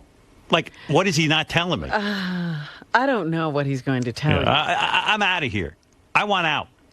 I think he may be telling you about some alternate mode of transportation. Let's hope that's what it is. Holy smokes. You're going home in pedicab. Holy smokesy. Yeah, anything else? This guy's going to bike you I'm home not even today. listening to you. What? Yeah, I'm completely preoccupied. Go ahead. Yeah. Whatever happened on the show, we'll talk about it on the wrap-up. Yeah, good. Show. Yeah, you know what? Yeah, stop with the update. We know what happened on the show. Everybody's talking about the bed bugs now. John Hine. Just go get rid of those bed bugs. You're so smart. Those bed bugs are probably there when I came in this morning. Great. I got to check my man purse and everything. Mary Ann from Brooklyn wrote that. You're right. Yeah, everything. Everything. Burn all your clothes. Strip down right now. I want to just... time to buy a spacesuit. You can't protect yourself from everything. Why? You want to know something, man? Gary, I want a hazmat suit for doing the show, and then I'll take it off when I leave. That's what I want. Does that help? And I want a big... Well, he would leave the bed bugs here if they were... Here's what I want to do. I want a suit for a guy 6'5" that I can put on over my clothes every day. And I want a big, giant plastic container where I can put my coat in my bag during the show. I'm not bullshitting. What about that? I'm being very serious. What about the head part of this hazmat? You're going to sit there with a mask on? That's right. With a helmet, a full helmet. Spacesuit. I hope you can hear me. No, I don't need a headpiece. Well, mic yourself inside. Get it rigged so that the microphone's inside. Yeah, I don't need a headpiece, but I want it to cover my shoes all the way up to my neck. Okay, so I don't know how these things work. Does that mean is it a different suit every day? No, same suit. I'll put it on every day and take it off before I leave. But then you'll be touching bed bugs if the suit is... You're not figuring this out. Well, it's better than what's going on. Now they've migrated to my car. This is ridiculous. Yeah, Jeremy? Hey, what's going on, Howard? Hey. So my brother-in-law keeps texting me saying that now they said they found them in your car. Well, yeah. Doesn't surprise me. I've done 1,200 inspections in the last year, and I've inspected hundreds of cars that people have had problems. Yeah. And I've never found it in a car. It's completely uncommon. So what do you think's going on? Is it the building or what's going on? That sounds crazy. Who found them? Who found them in your car? They put the dog in the car. They put the dog in there. Well, listen, you got. You should definitely have Gary give me a phone call. I'll talk to you off the air because you should definitely have a second opinion at the bare minimum. Because where were they in the car? In the trunk, in the driver's seat? Like, where were they? No, in the passenger area of the limo. But no one's getting bitten. I haven't been bitten. Yeah, so I mean, it's just peculiar as to why no one's getting bitten. They're not in your house, but why would they be in your car? And they're not in your office space specifically. Howard, I thought they were in my office space. They were in the office space. I thought I heard them say that they found them on the seat. And I'm not even being funny when I say this. Somebody just brought this to my attention. If it's methane that they smell... Maybe it's my farting. Are you farting? I'm serious. If you fart in the seat, would a dog pick up I didn't fart in the seat. I'd be the first to admit that. The answer is no. They're not going to smell a fart. What is it, Tim? The dog that checked your car was one of the top dogs in the country, according to the guy that brought the dog. Yeah, there you he had go. over 900 hours of training in that dog. Top, Okay, listen. I believe him. But well, why can't they be in there? If they're in the building, why wouldn't they get on my clothes and come to the car? It's possible, just not probable, A. Why? Well, why would he be bitten? He's wearing heavy jeans and stuff in the car. And that's what area is touching the seat. Maybe I have been bitten. Maybe that's why I'm so itchy. Oh. So You'd know it if you were bitten. It's psychosomatic. You're going to get itchy because you think you're getting bitten at this point. The bottom line is this. Before I would go crazy on it, I would definitely get a second opinion. I'm going crazy. Somebody else. Of course you are, because everyone goes crazy. Believe me, everyone goes crazy when they think they have them. Thank you, Jeremy. All right, take it easy. I'm nipping this in the fucking bud. And I want a hazmat suit. I'm not working in this building until I have one. I want full. I no longer need Ralph services because I'm going to be on camera wearing the same thing every day. I'm wearing a fucking hazmat suit and booties. And that's the rest of your time here? Is that what you're saying? Yeah. That's right, Robin. Get used to it. I know you love my different outfits. She loves to see what I'm wearing. I mean, I'm being dead serious. Oh, you're getting into... Yeah, I'm getting into what? I'm getting into what? Howard Hughes territory. Yeah, and I want a big plastic bin for my coat and my man purse.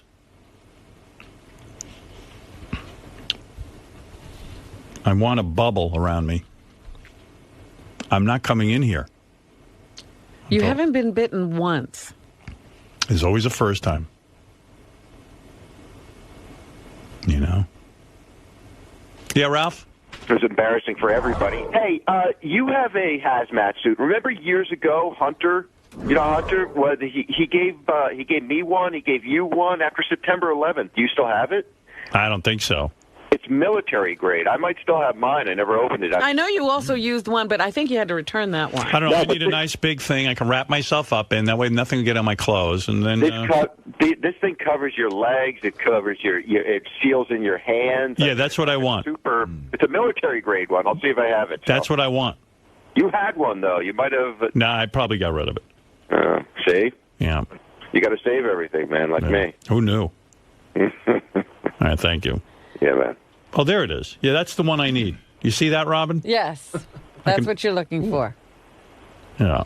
Is it hot in one of those things? I would imagine so. Well, I'll put up with it. Just lower the air. I'm wearing it. You could get a tube to pump air conditioning into it. Okay. Fine. Where's that coming from? From now on, when you tune in Howard TV, you will see me in a hazmat suit. Don't think it's odd. No, it is odd. No, it's not. I don't want it. I don't want that in my apartment. My apartment's clean. I don't want any bed bugs. Did you get that chair checked you sit in? Supposedly they steamed it. Yeah, everything in the studio was steamed. Who knows?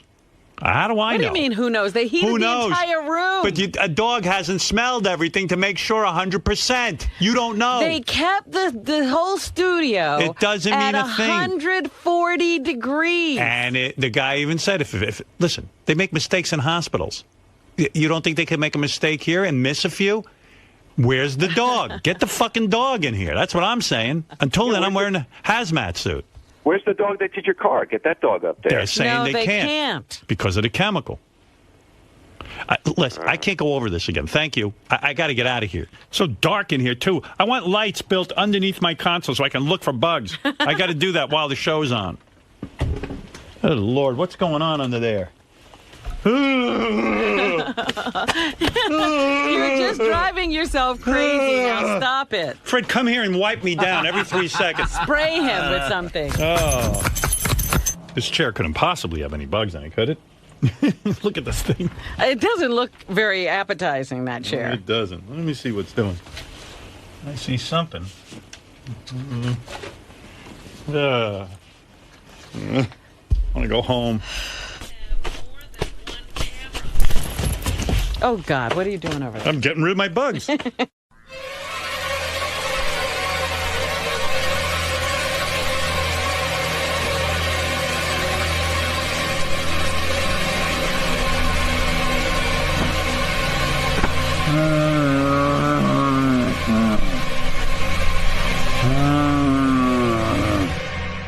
got to get out of here.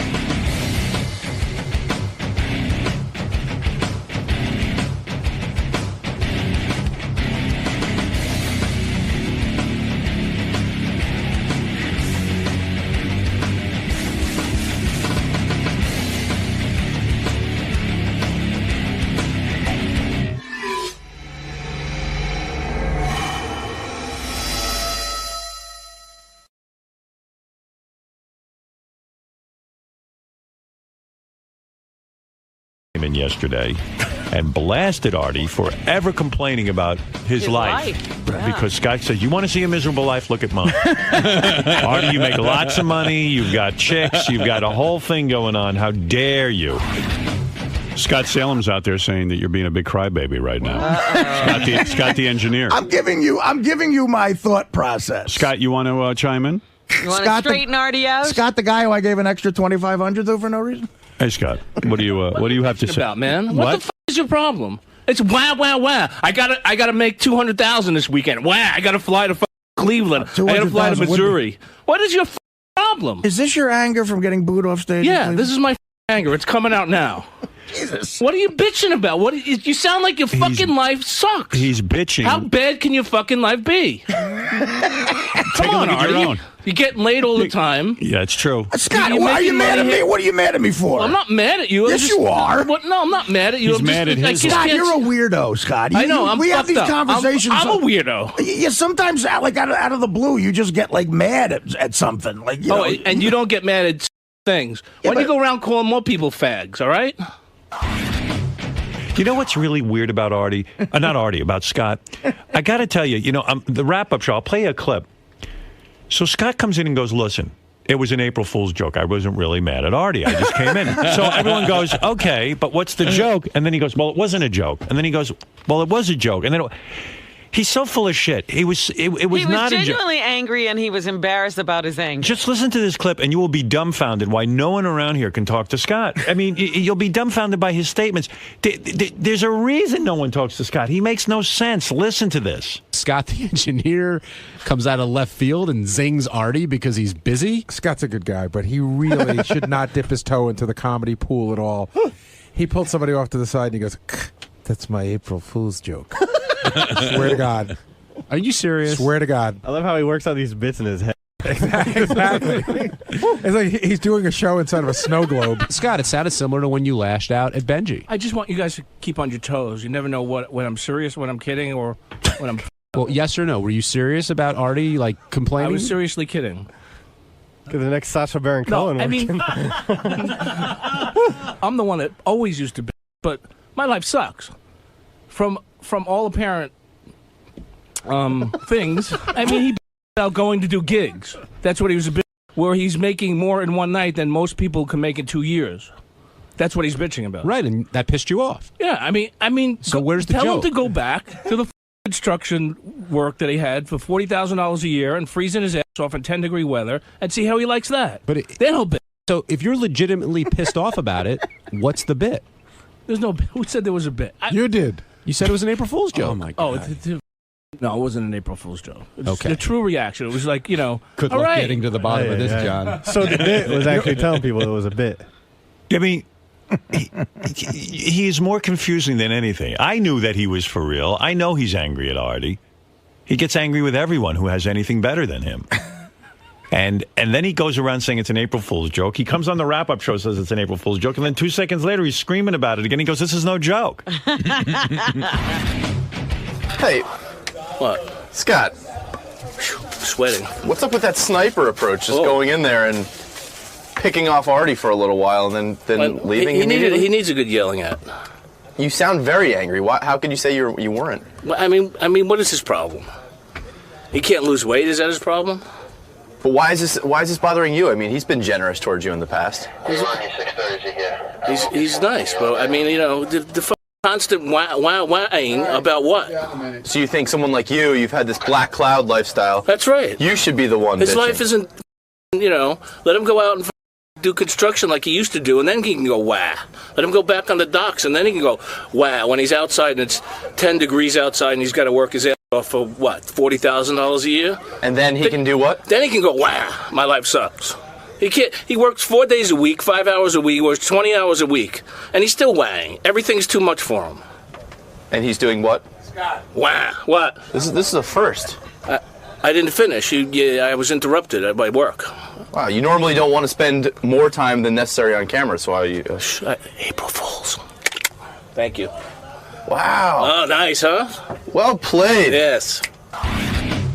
He's insane. He makes no sense. He came up to me to the first commercial yesterday, and we were like sort of made up, and made up. And I really felt bad for some reason, and I ended up giving 4 of my Yankee tickets. Yeah, I saw that. No, it was almost like you you had were to pay. You were almost paying him off to be your friend. It was no, weird. I mean, I don't know. I felt guilty for some reason. Yeah, I look in the corner, and Artie's doing business with Scott and giving him over his precious Yankee tickets. Well, it wasn't business. It was we were making. No, you didn't ask me. Right. We were, making up for an on-air thing. What did he give you? I mean, nothing.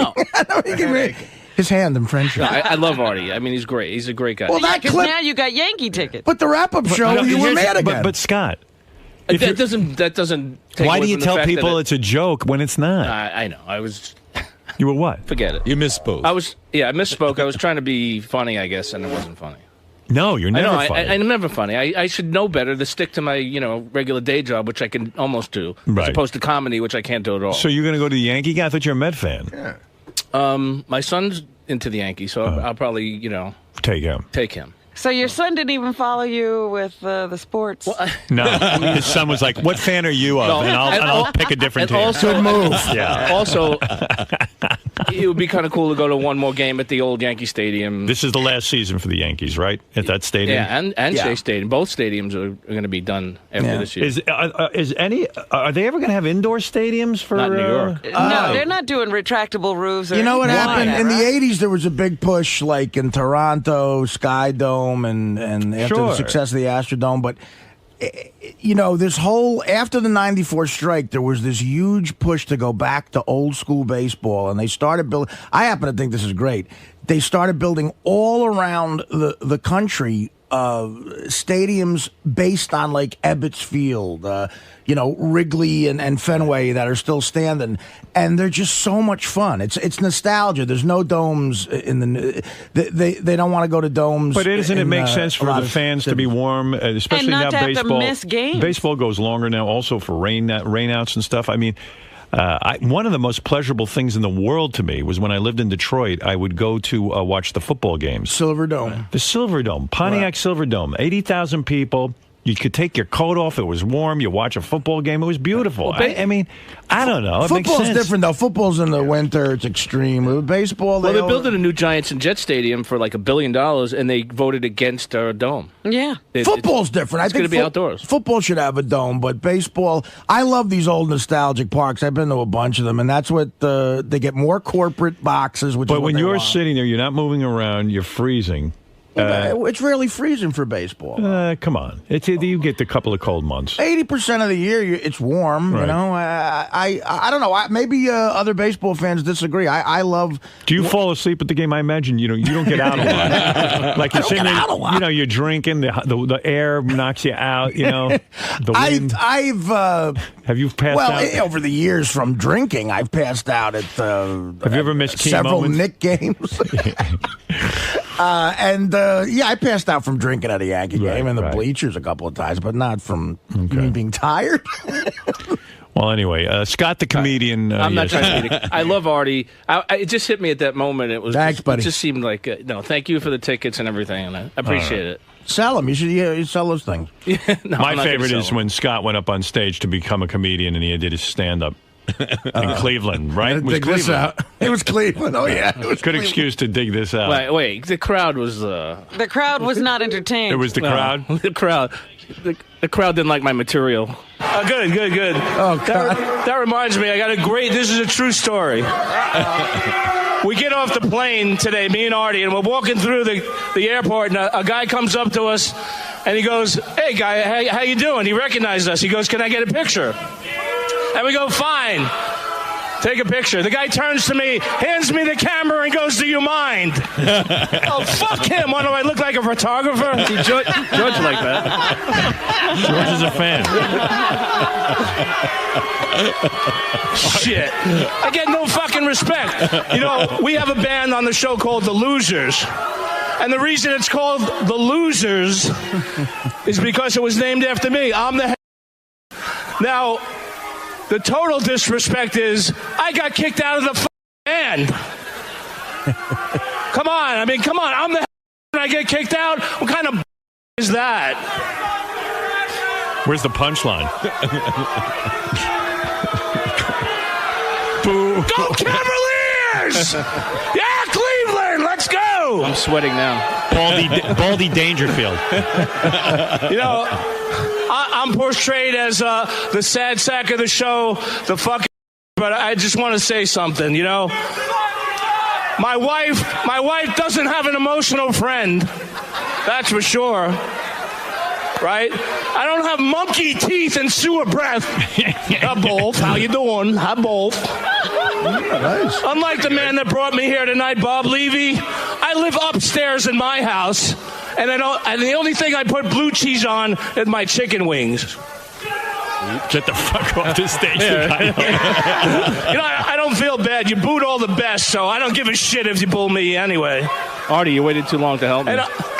This was great. Just sitting there. I didn't lose a multi-million-dollar house, a wife, 3 kids, and Java the dog in a divorce. So what the fuck? Java the dog. Oh my God. You are witness to my comic debut. How am I doing? How am I doing? I fucking love Cleveland. I love. He's looking for reviews in the middle of the show. Well, what the fuck? I mean, it's unbelievable. Well, anyway, what is it, Ronbo? Ronnie. He's my friend. Ronnie, the limo He's driver. about to throw something. What do you got? Can I ask you a question? Yeah. Seriously. You can ask me a question. How long have you been trying to grub these tickets off Artie? No. Don't give me that shit now. No, I didn't ask. No, dude, I didn't ask he for didn't ask tickets. me for them. No, I'm the only guy. I'm the only guy that hangs out with you. I'm the only guy that's really your friend. I'm not now, trying to grub be tickets. honest with me. No, I'm trying. How long have you been trying to get those tickets from Artie? Not at all. I've been trying to take. I want to take my son to the game. Come on, man. Why don't you just buy some seats? Why don't you go buy a fucking set of tickets and take your son to a game? What the fuck is your problem? Why do you have to?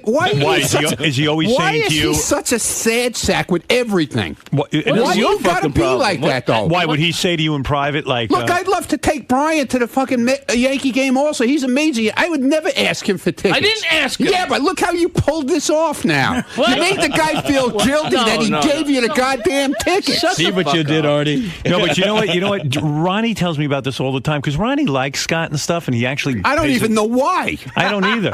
I like Scott too. But has he always been saying like Artie should give me some of those tickets? Never. No, he never said it like that. But why does he say it, Ronnie? I don't. He said, the guy's got the world by the balls, and he's got Yankee tickets. He's got this. He makes all this money. I don't know where the fuck you get that from. No, that's the jealous Scott that I know. No, I don't do that. I don't think even hears himself because every time somebody describes what he does, he doesn't recognize it. Artie, why don't you take Scott to a rack and leave him there? Yeah, how come you're not taking me?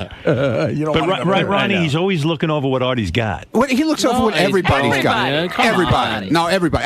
And you know what? I'm the only guy that ever hung out with this guy. Right. And for some reason, I do like him. Right. But go f yourself. Sit in the bullpen all the time. You know what I'm saying? Keep out of my studio. No. But you don't like it. But you know it's true. No, I come on, dude. You mooch everything. I don't mooch anything. I didn't mooch anything. I know what Ronnie means. Like you like get angry and you're like get angry at people. Artie will sometimes give Yankee tickets to someone or donate them to Robin's charity, and then all of a sudden you'll be like, no one ever even thinks to give me Yankee tickets. I would use them. There's an open hand on this side of the aisle. Wait, didn't I give you Yankee tickets last year? No. I thought I did. I don't know. No, he tried to get them from you last year. How did he try? I don't like. He mentioned things. He says things. Like, he kind of throws hints. Right. Well, remember, I went and offered Broadway show tickets to his intern, right? And he got pissed. No, I and wasn't. was mean to her the rest of the day. No, I wasn't. Oh, absolutely, you were. No. She came and told me. She goes, I wanted to see Rent. Really? And I was like, he wouldn't have even wanted to go see the show, but he was pissed that he wasn't offered. Not true. I don't know where she. I know what Ronnie means. You kind of drop hints around the station that Artie should maybe let you use his tickets. No, I don't do that. Yeah, no, I know what he means. Stop it. You don't hear yourself. Hey, you mumble in the halls. Right, Ronnie? He mumbles in that room a lot. What does he say? What else is he mumbling about? Who knows, man? I mean, he gets all bent. The dynamic between Scott and whoever his intern is really funny because. What is it, Doug? Well, it's funny you say he drops hints. Just last week he was telling me about this bowling tournament in New Jersey. So he came up to me. He goes, there's this bowling tournament. Maybe I'll do it. Maybe I'll do a. I never fucking conversation. Maybe I'll do a. And I was like, okay, well, what's the deal? He goes, well, you got to pay to enter the tournament. And I was like, okay, so you're going to enter? He's like, maybe you'll shit it. And he was just dropping every hint. He wanted you to pay for his entry fee. You totally did. I've talked about this with friends about You were just waiting for me to say, I'll pay for it. Oh, dude, and he joined this fantasy baseball league this year. Yeah. With this guy, Evan, who works here also, the engineer guy. Yeah. And last year, I guess the guy comped him. So this year, he's like, we're going to pay $90. He was all bent. What? To get... You're pissed you got to pay to get into the league? I mean, that's what it is. I mean, this is the old baseball thing we used to play way back on Prodigy. Yeah, but it's $90 so that you can have a prize at the end. No, everybody kicks in. No, I understand that. I mean, of course you have to pay. He just wanted to be comped again. Why did they comp you last year? How does that even work? You can't comp people. There's no prize. You put up the money for them. No, there's no prize on a comp, obviously. There's no prize. I don't care about a prize. I mean, it didn't matter. I mean, we love the game, and we're playing it. What did you get? He floated the bowling thing by me, too. I was in there, and he said, you were doing that whole bowling rap. Right. And he said, to go on the pro tour, all you really need is to pay your way to get in to the tournament. And he thought he could be good. And he goes, yeah, that'd be really good for TV. It's just like $500 to get in, and I could bowl, and it'd be a good So he was like looking for them to pay Oh, he was No, schnorring. I wasn't. You were, Scott, you totally floated that. I wasn't looking for them to pay. George, do you think there's anything attractive about Scott physically? Well, he's got a good smile. Yeah, thanks. You really had to look hard. Yeah. Scott's still pissed that Tim didn't give him an Nano iPod for Christmas. Right. I think Scott's got a legitimate pitch there. Yeah. I mean, everybody got one except him. No comment. All right. One. All right. Thank you, Scott. Yeah, he wants to say, remember the years he would come in and say, I decreased his Christmas gift? And he'd start yelling. I got rid of his Christmas gift altogether. That's right. I know. He was really pissed at you. Yeah. You know what's weird about even the Cleveland thing, like we're doing stand-up? Like, why does anybody care whether or not they're funny? Like, unless you're a comedian... It doesn't matter. Like, he wanted to do this again. And he thought your job was easy. Like, who cares if you're funny or not if you're not a comedian? Yeah, Brian. Even in Cleveland when he did that gig, excuse me, we were going out to this bar at night, and he was like, "Oh, I'm not going unless we're getting comped." He wanted free drinks all night, from the bar. He's like, what we is better that get about? comp for this. Why would they comp you at a bar? And then he's like, "Who's going to pick up the cab ride there?" Like he was so worried about they're going to pay for the cab and why would they else. comp you at the bar, Scott? Tell me. You don't honestly, remember? what's the thought? I don't. Cleveland, I was in another zone. Why do you worry about who's going to pay for the I'm cab? not worried about it. Yes, you are. You are. You said it to Brian. I paid for the cab myself. Yeah, because you we made you. You made me. You didn't we make did. me. I paid for. I didn't fucking care. All right. Well, there was the whole time in the ride there. You were bitching. I didn't we better care. get comped. We better get comped if we're going to this place. There were these I didn't two hot. fucking There were care. these two hot broads backstage, and they, typical hot chicks backstage. They go, "Listen, come to my friend's bar." They probably get dispatched there to get backstage, and we'll go to their bar, talk about it on the air. The whole thing that goes on all the time. So I guess there was talk of that backstage, and I remember Scott wasn't the only one, but Scott, if we went there, you planned on it being free drinks. Hey, Artie, do you have any gifts for you today to give to Scott? Yeah, really. What does Scott win today? George, did you bring anything for me today? I have something for you today. Yeah. It's called a job. Why don't you go back and work? I do. Go ahead, instead of standing around in I don't here. talk to anybody from now on. All right, thank you, Scott. Get back there and don't talk to anyone, especially Ronnie. Everyone. Right. Scott. No, I don't talk to you anymore. Why? Why are you mad at me? You're Mr. Snitch from... Snitch? I remember what you did yesterday. Scott. Excuse me, I have work to do. Scott, you feel like I keep everyone's the selling news you out, on don't the you? What? You feel like everyone's selling you out, don't you?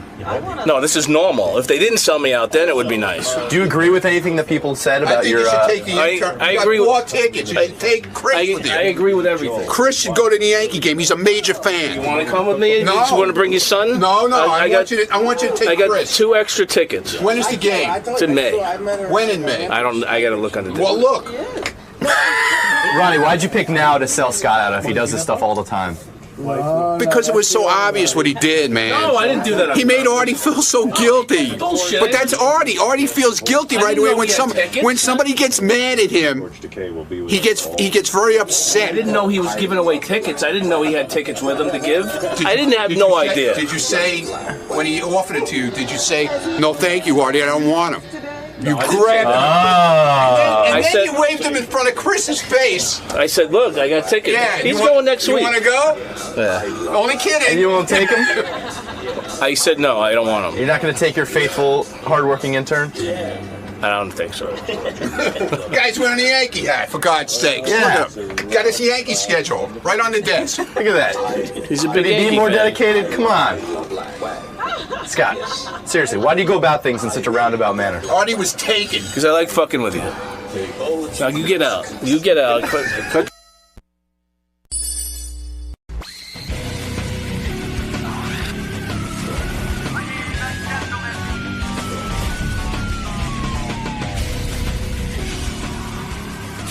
More and more women, though, say that they break up with guys because they check their texting or their emails and shit. Beth told me she would. Yeah, I mean, that's a private thing. But, you know, like with me, like, and I could see why it's so tempting to some guys if they're insanely jealous, because even I would know how to, like, if my girlfriend or something left a cell phone there or a BlackBerry, even I would know how to go through their texts. Yeah, how would Sal have ever found out his wife was messing around with a guy, you know? Without I know, that, right? Yeah. That's easy to do. 143. Yeah, see, you don't have to get a phone call. You just put in 143 and everything is said. Yeah. That's the greatness of text. I mean, Sal did a shitty thing, like observed his wife's email, but then again, he found out she was fucking around. Yeah, well, if you contact the cell phone company, you can get a printout, an itemized printout of every single text. Really? Yeah. Sounds like someone did that. But not the dialogue, but every time it was sent and every time it came back. Every because single you're one. the guy who pays the bill, and you're maybe saying, "Hey, I think my bill is wrong." That's exactly it. And I requested it. And the crazy thing was, when I was in Disney after I got shot in the ass with a paintball gun, when I reviewed the paperwork, every time she was free, she was texting this guy. So she was at the pool, and to see that we're on vacation, and there was like 40 minutes worth of text in it, it was just. She was like he was on her mind, even though she was While on this you're on vacation. Yeah, I went fishing with my sons, and she was at the pool at that time. And they were texting back and forth. So when I went through everything, yeah. So you'd get a divorce if you had enough money to do it. I don't think so. No, bullshit. You know why? You know, everything that I've worked on, Howard, and I got this far. What am I going to do? Say that I'm going to leave her now? It just doesn't make any sense. Oh, leave her and what? And have a woman who's into you? Why have a woman who's into me? I mean, what's the point to go on with? Because you'd have a nice a home life. And Think of all the money you'd save at the booths. Seriously, like you're at the booths because there's a hole in your life. Right. Yeah, but think of the money you'd waste on broads. I'm at the booths because they have porn there you can't get anyplace else, and it gets me off. Is that true?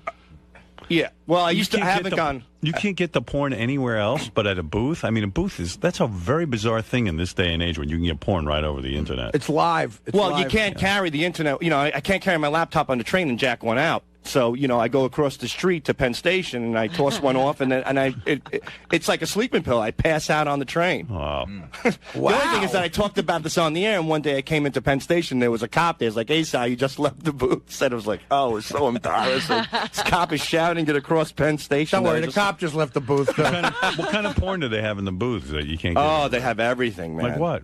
Just like real sick well, they have animal sex, which it's really like girls blowing German shepherds and stuff like that. Against the law. Me too, but it's in there. Oh my goodness. I'll tell you what.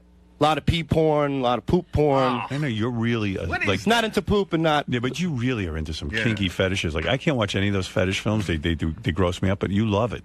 You love people spitting on each other. I love spitting. I love the spitting. I wonder what that's about. Yeah, really. I don't know. Anger.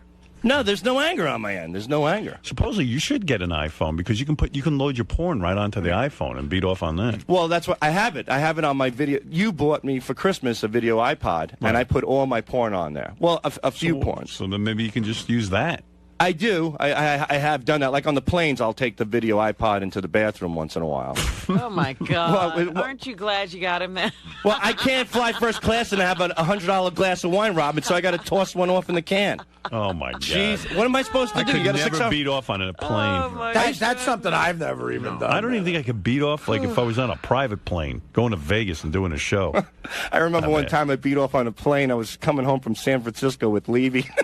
I didn't even wash my hands, and I patted him on the back when I was. Oh, you see. But I told Richard I was going to do that. Richard tosses off in the can all the time in the bathrooms too. Oh, that's so gross. But when you're bored out of your skull, what are you going to do? Read a book on the plane. You know how many? You know, the only difference between me and you, Howard, is that you're a gentleman enough to say on the air that you don't do it. It's like a girl says she doesn't diddle. You don't believe that he doesn't jerk off on a plane? I find it very hard. I've never done it. In my life, it would never go down. First of all, I'd be so afraid there was a camera in there.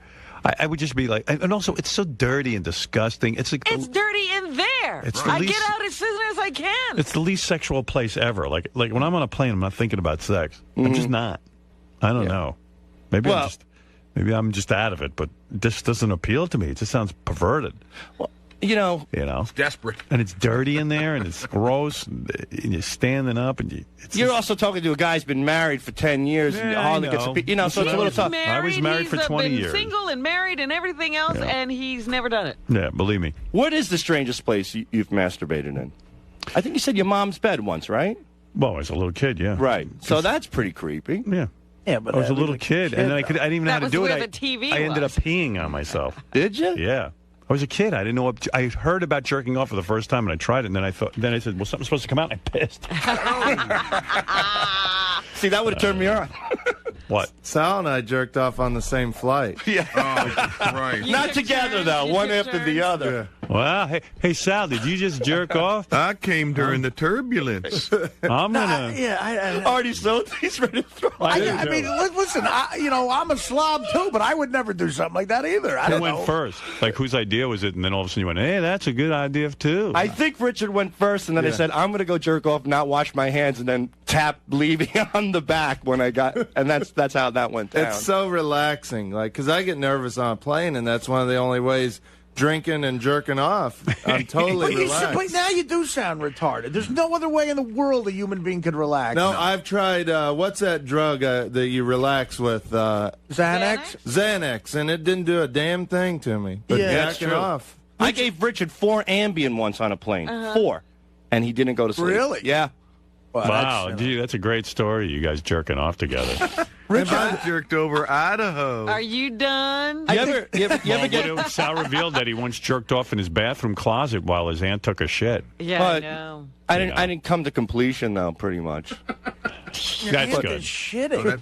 That's normal. I mean, it turned you on that your aunt was shitting? It was my cousin. Oh. In that one. And she turned you on when she shits? No, I was just hiding behind a louvered door that you could see out. You know, it was a closet with towels in it. So Sal's always hiding. I know. 99% of Sal's sex is in hiding or in the dark. I know. I just don't even know what to think. You know how dogs go out to hide when they take a shit? They go to.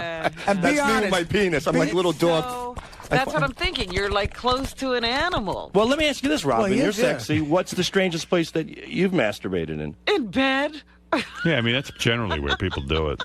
Be honest though, Sal. Did you jerk off at Mutt's when you smelled the pants? No, and he did. I swear on my children, number one, and number two, that scenario didn't go down like as a sexual thing. Yeah, okay. So I didn't. Yeah, Not at all. Sure.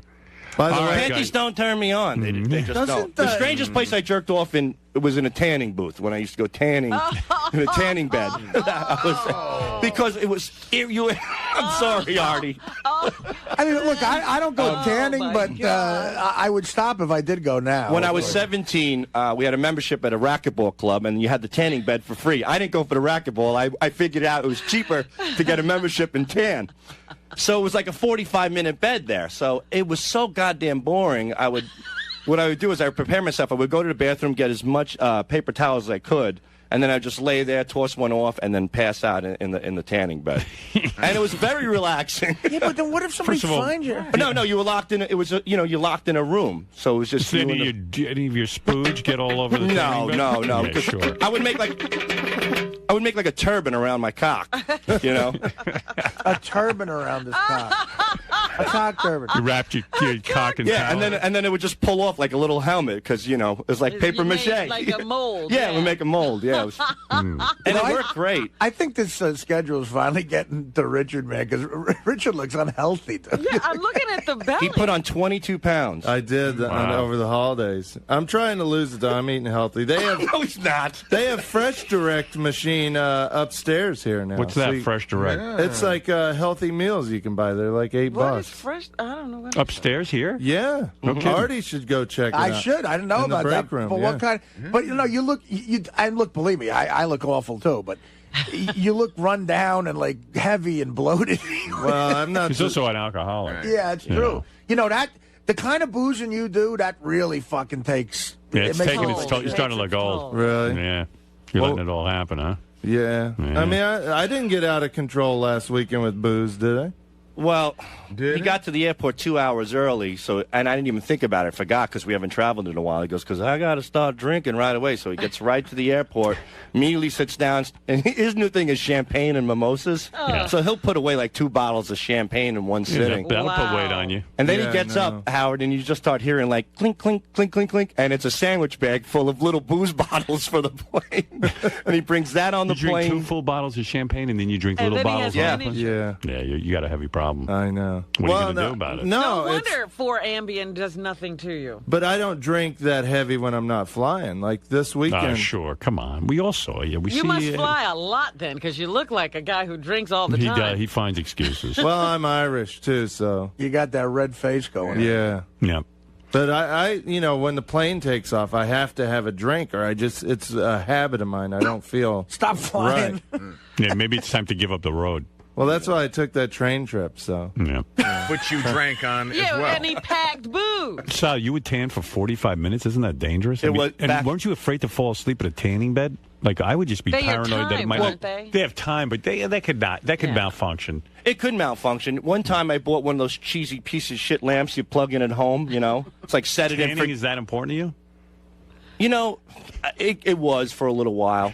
Once... Because you look so much better. Yeah, I don't know. Yeah. I bought one of those lamps at home, and I did develop a few blisters on my face, and I never did it again. Right. It was like one of those heating lamps you see at McDonald's over the French fries. Yeah. That was on my face. Oof. And then I stopped doing... And that's when I got a little worried. And Sal is so vain. Like when we went to Florida, he has to bring a huge suitcase just for 2 days to pack his hairspray, His raccoon makeup. and his hairspray leaked all over his clothes the other day. It exploded. It exploded on the plane, and it leaked out like all over his suitcase. Was he all upset? Yeah, he was pissed. Yeah, but okay. Hairspray. You hardly have any hair. What are you spraying it? I'm spraying whatever's left so it doesn't move around. Oh, my God. But I'll tell you one thing. I think you're that handsome? No, I don't, but I like to look good. You look good. I mean, there's nothing wrong with being clean and manicured. But hairspray?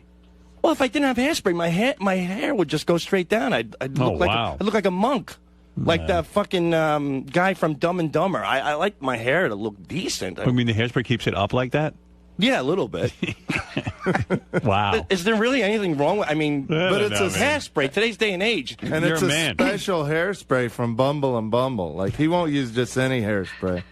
All right, so I carry... But you know what? I carry shirts and pants like a normal human being to a club. Yeah, Richard doesn't even have to Nothing. pack. Yeah. Nothing. One pair of pants, one shirt for a whole weekend. That's disgusting. That's if you're a man, that's all you need. Don't you feel if you're a caveman. Don't you feel like changing once in a while and cleaning up? No, I like the ease of just taking a duffel bag when you go on a trip. I but you see, from years on the road, I've developed. I know how to get pants and shit into a duffel bag. I can fold it right. But, I mean, so say you do a show, and then you go back to the hotel room. You get undressed, and then what do? You sleep in your underwear. You get up, you shit, and then you wear the same underwear. Same underwear. Same underwear. He wears the same blazer he wears on stage the next morning at breakfast. And then he wears it the same night. Like, I saw Richard, we did a show Friday night, and Saturday afternoon I'm having lunch with him, and I go, Richard, is that the same outfit as yesterday? He's like, yeah, what's the problem? Oblivious. And he doesn't bring a toothbrush either when he travels for the weekend, right? I'll never forget it. They have them at hotels, usually. No, you don't use a toothbrush the whole weekend, do you? It doesn't, no. Be honest. Yeah, I usually skip that on the weekends. Howard, we're in the hotel in That's Does his unreal. breath just stink? It doesn't smell, though. I think it's all the alcohol kills the germs. The vodka, yeah. When you wake up, isn't your mouth all pasty? You just want to clean it and clean your teeth? Yeah, but then I have a coffee or a Coke, and it's fine. And then it's stinking Coke and stinking coffee mixing together. We're doing a show in Illinois. It's so gross. We're doing a show in Illinois one weekend. And we have to leave, and I'm brushing my teeth, and Richard goes, what the hell are you brushing your teeth for? We're on vacation. Yeah, why take care of yourself? Vacation from teeth brushing. It's a burden. You had more than 18 cavities, man. That's I how did. fucked up you are. 18 cavities. I got them filled, though. Yeah. And there's going to be more on the way. Have you been back to the dentist since then? Once, yeah. What did he say? You need to take better care of your teeth. Yeah, they scolded me for not flossing. Flossing? You're not brushing. You're not. I mean, don't you? When food gets caught between your teeth, don't you want to just clean it out? Like I carry toothpicks. I mean, I just don't notice that stuff like most people. I guess. Wow. How do you not notice you feel clammy and disgusting? I don't know. Well, it's I even took Sal to my old house in Florida, my warehouse. Shit. When you live in a warehouse for 8 years and you shower once about every 2 or 3 weeks, when you shower once every 3 days, that's like living the high life. Where would you shower? He'd hose himself off. Don't you remember? Oh, that's right. But back then, didn't you think about, like, now you got a girlfriend, and God knows I don't know how. But she's a saint. She is. But back then, first of all, she's going to wise up to it. You got to start washing yourself. Back then, would you ever try to get abroad? Were you shower for 3 weeks? You know what? After about 5 years of not getting laid, I gave up, and I was like, "Fuck it! I'm just going to be a man. I'm not going to shower." I was kind of doing it in protest of women because I was so angry about it. I used to love like walking up next to a hot chick at a bar and stinking and stuff. It's kind of my way of saying, you know what, I don't need you. Kind of way of admitting you're gay. Yeah. Well, no, I was an angry guy because I didn't get laid. You didn't get laid for 10 years, right? Yeah. You're not an angry guy. But you weren't getting laid because you smelled. It was self-perpetuating. Well, and you didn't brush your teeth and you looked disgusting. After a while, that's the reason, yeah. After a while, I think that was the reason from the very beginning. When's the last time you showered now? Sunday, I think. Sunday. If you have to go, no. After that question, you're fucked. Wait a minute. You're a pig. It's fucking Thursday, man. Is it? Dude. Nobody answers, to when's the last time you showered. When did you shower? My shower curtain was in the wash. So shower curtains in the wash? Yeah. Just buy a new one. How much The is shower curtain gets the shower. Shower curtain's like $3. You no, can go to I like fucking Walmart. I got a nice one with like a painting on it and stuff, and I washed it. And I didn't want to get water all over the bathroom. There's a painting on your shower curtain. And it takes 3 days to get your shower curtain washed? Yeah. Well, I do drop off laundry. So. Yeah. Wait, they make these liners, Richard, that cost $2. Yeah, it's called a liner. It's That's Thursday. the thing. It's a liner. That's what Robin's talking about. That's what I'm talking about. In other words, you have the regular beautiful shower curtain, and then behind it is a plastic liner. The plastic liner is like $3, $5. I'll have to pick one of those up. Yeah, and it lasts for months, and then you throw it out when it starts to get when you take shit it in, on you it. get another one. Months. It lasts for years. Right. Most families. Or maybe take a bath if you have to get rid of your shower curtain. Yeah. Wash your balls and your asshole. I always, I get busy with something. I'll be working here or at home. I'll be playing guitar, and I just don't think about showering. Richard, it's last thing on my mind. 4 days. It's 4 days. Like, how many shits have you taken since then? Oh, probably 8. About 2 a day. I mean, come on, 2 a day. Again, this has gone from like goofing around with Richard to where I want to call human resources. Taking 8 shits and you didn't want to wash your asshole out with water and soap? No. You like it. You like it smells. He does. He does. There is something manly about Do you like to put your finger down there and smell it? I do. In between my balls and my thigh. Jesus. I'm sorry for anybody that's eating breakfast out there, but there's nothing better than taking your 2 fingers, rubbing it between your nuts and your thigh, and you get that man smell, You get a coyote smell, is what you get. A man smell. What is that smell? Oh, that's man. Like, what did you I smell coyote. Dude, you're almost 40. What did you just say? It's like a musk. It's like natural. That's like a cheesy smell. Can we interview his girlfriend? Because there's no way she's fucking you. She must have had a stroke and has no sense of smell. Well, I shower when we're together. When you're making love. Yeah. How do you get the crust off? I mean, my God, you've been building it up for days. I can't make love to you. I can't get the crust off. I don't have a Richard, shower curtain. Richard, do you know how little you've experienced with life? If that is like something you say, there's nothing better than. There's nothing better than doing what you just said. Right, 2 fingers between I can the think of balls about and 100 the tape. things. I'm a simple person. I enjoy simple things. There's thousands of things within a block of his studio that are better than that. Well, I enjoy that too. Why but is he in New York City when that's all he needs. So your girlfriend doesn't shower either, I guess. 'cause No, then she does. But the shower curtain's not there, so Yeah, she's... she got water all over the floor. She just put a towel down. Does she live with you? Uh-huh. So She you- has you for don't- 2 or 3 years. So you yeah. don't Oh, my fuck? God. You don't Yeah, fuck that but dude. Sunday through So Thursday? she's smelling you for 4 days, stinking. I thought she only saw you occasionally. She's living with your Oh, yeah. unwashed ass? Uh-huh. Well, yeah. She She's doesn't cool. say She don't shower? mind. She likes the smell. Once in a while, she'll say, you got to get in the shower. She'll smell smell my breath. She'll tell me when I need to brush my teeth. Like a dog, you take it down for a cleaning. After you get a whiff of shit in the house, like time to get the dog cleaned. That's Richard, what it's like with him and his girlfriend. You guys sleep in the same bed? Uh-huh. So, I mean, wouldn't you like to just, like, if it's like, I don't know, do you plan, you're young people, you plan every fuck that you every time you fuck? He fucks her all dirty like that. Yeah, I mean, on a Tuesday night, you never roll over and go, hey, I'm a little horny, and you try, If I do, then I jump in the shower first. That's Sure, good. Yeah, right. Scrub down. First of all, you don't. Second of all, who wants to go through that? Just be clean all the time. Hey, guess what? too You'll be hard. prepared all the time. Come on, honey, Yeah. blow my smelly balls. It's hard to teach an old dog new tricks. If, bet you if you she's- don't smell I anything, bet you she's it means blown I him want after. sex. I bet you she's blown him after 4 days of not brushing his teeth and sure. cleaning his balls and ass. Right. I bet you she has. He subjected her to everything. That's the truth, right? I don't know. Yeah, I don't know when I shower and when I Stick don't. your finger in my smelly ass. Nothing better than that. And then she's a drinker too, right? Not like me, no. You want to smell something good? To me, my favorite things are drinking and smelling my taint and taint. balls. You've talked about doing that, Howard. Yeah, but I mean, I've done that like coming out of the gym and stuff to check that I'm really And rank. then he goes and takes Then a I take shower. then I bathe down, dude. I'd shower at least once a day, if not twice. You should, I mean, or jump Yeah. in the Hudson or something. Yeah, that's cleaner. It's cleaner than me, yeah. I don't know. That's really gross, man. That is El Schivo. I wake up in the morning, the first thing I got to do, even before anything happens, you brush your teeth and get all that shit out of your mouth. It's grimy after a night of sleeping. I don't know how you go days. It's weekend. I don't have to worry just take about it. some coffee. And Weekends, I like to relax and not brush my teeth. We're on vacation. Why are you brushing your teeth? And how Sal, often- what are you doing? It's Martin Luther King's birthday. I'm not brushing my teeth.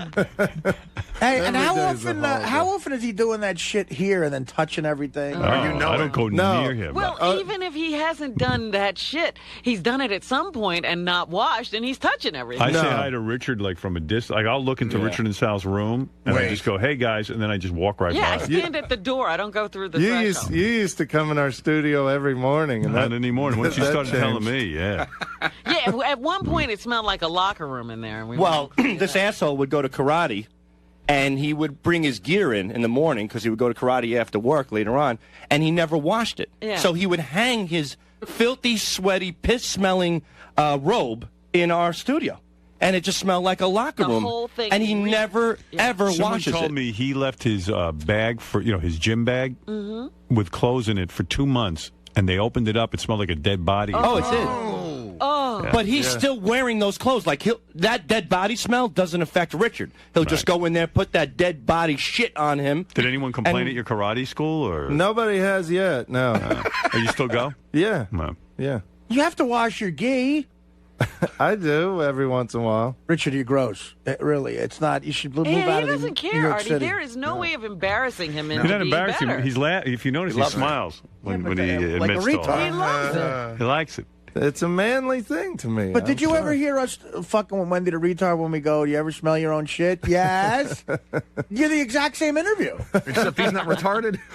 Well, I don't hope I'm know. not. Well, there's And by an the way, argument there's there. no way you're doing a lot of karate. I mean, you have an enormous belly now. I mean, there's Yeah, no way you're I'm not. working out. I'm not doing it as near as much Yeah. as I should. Right. And my diet gets crazy on the weekends with Chinese food and pizza and stuff like that. You need a size 50 black belt. It's like Elvis. I'm the size of a dojo I now. could barely lift my leg like Steven Seagal. Toward the end, Elvis was wearing a cape with like a little superhero cape, and he had those bell bottoms that were too short. It Well, almost looked like a actually- cross between like a Star Trek uniform, like when Kirk wore those pants and they had those bell bottoms. Right, it's jumpsuit. Yeah, it was a cross between Superman and a Star Trek Yeah. uniform, and then he was so fat, and he He paid a karate instructor to give him a black belt. Like he just wanted the black belt. He didn't care if he had the power to back it up. And then he'd do the poses on stage. That's all he could do. He'd do his kata on the stage while he was singing Suspicious Minds, and then he'd be doing his, Shotokan,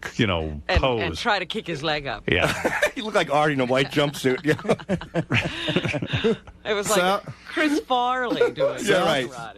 Sal, didn't you try karate and they humiliated you or something? A long, long time ago. All right. All right, boys. All right, fascinating glimpse into the world of Richard and Sal.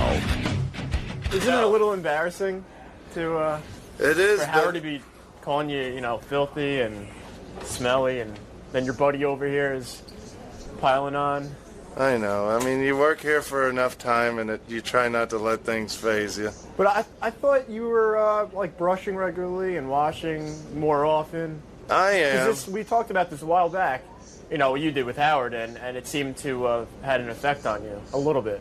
A little bit, but old habits are hard to break, and I'm 34 now. I'm getting old, and I have habits, bad habits, and that part of that's not brushing and showering and stuff. And I get busy. Me and Sal are busy guys. We got prank calls to make. We got songs to do, balls to sniff, and sometimes showering's just not part of my schedule. Just think, if Richard was showering while we were at a department store recently, we would have never recorded the new bit, Nicholas Gers.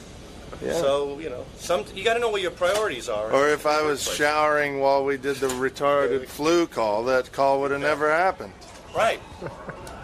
Or if he was showering when he did Brown Mounds, it would have never have happened. If I was showering right now, you wouldn't be getting this interview. Right. So what should I do? Do this interview or go shower? You're right. You should shower. Not shower, I guess. Tim, do I stink, really? Smell me. Just got handed a note out in the hallway, for those of you who are following anything that happens in the hallway. Yes. Ronnie, the limo driver / security guard, just got woken up in his chair by Sal banging cymbals near his ear. So he does sleep out there. Yeah, they caught him. What's his thing? He's supposed to be the guard. We'll have video in a second. It's really funny. I always love that. I love to see that. Well, good. Wake his ass up. He should be guarding me. He's not happy. What did he do? He's not happy. He slammed the door and now he just left the compound. How could he be upset? He wasn't doing his job. I like that he's upset. So who's protecting anything right now? You mean he we're left? on our If he own. left the compound. Yeah, why would he leave the compound? He's supposed to be guarding me. He might have gone to change his diaper. Probably shit his pants. Yeah. It's the second time this month, Sal. Oh, here you go. Fred needs audio. I've got it.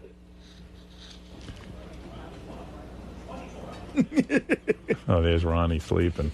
Well, he's out cold. Yeah, and he says he doesn't. Second time this month they caught him sleeping. Uh-oh, here they go. Oh, my God. Oy vey.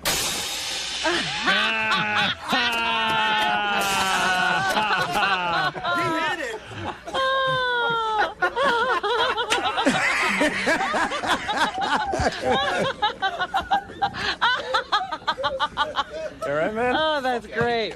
Get the fuck out of here. I'm sick of you motherfuckers. Slammed the door on them. Yeah, but he's sleeping on the job. Yeah, is he sleeping so he can stay up late running around? Ron, you can't sleep here, dude. That's really crazy. I mean, that's your job. Even Artie knows not to sleep. Knows Boy, that Ronnie can't sleep. God, sleeping sounds so There's good right certain now. jobs you can't sleep through. I got to see that again. When's that going on Howard TV? The fans need that one. That should be on tonight. I love Ronnie. I'll be on one of tonight's Daily Show. On tonight's show? It'll be on tomorrow night after midnight. Oh, tomorrow night after midnight. I love Ronnie stealing all my fucking listen, bits. Listen quietly, because maybe you'll hear him say something. There he is. He's asleep. Here comes Sal.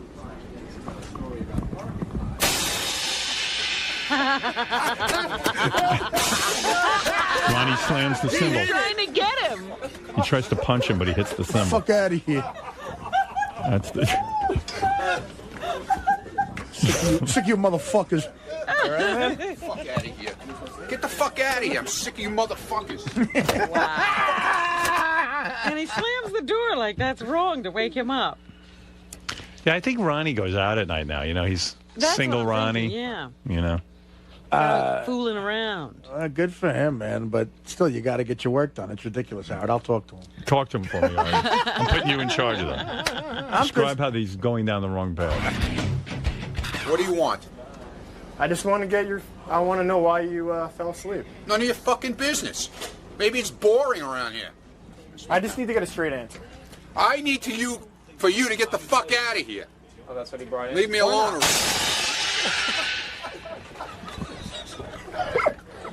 I saw some stuff out there. Look at all the burgers again.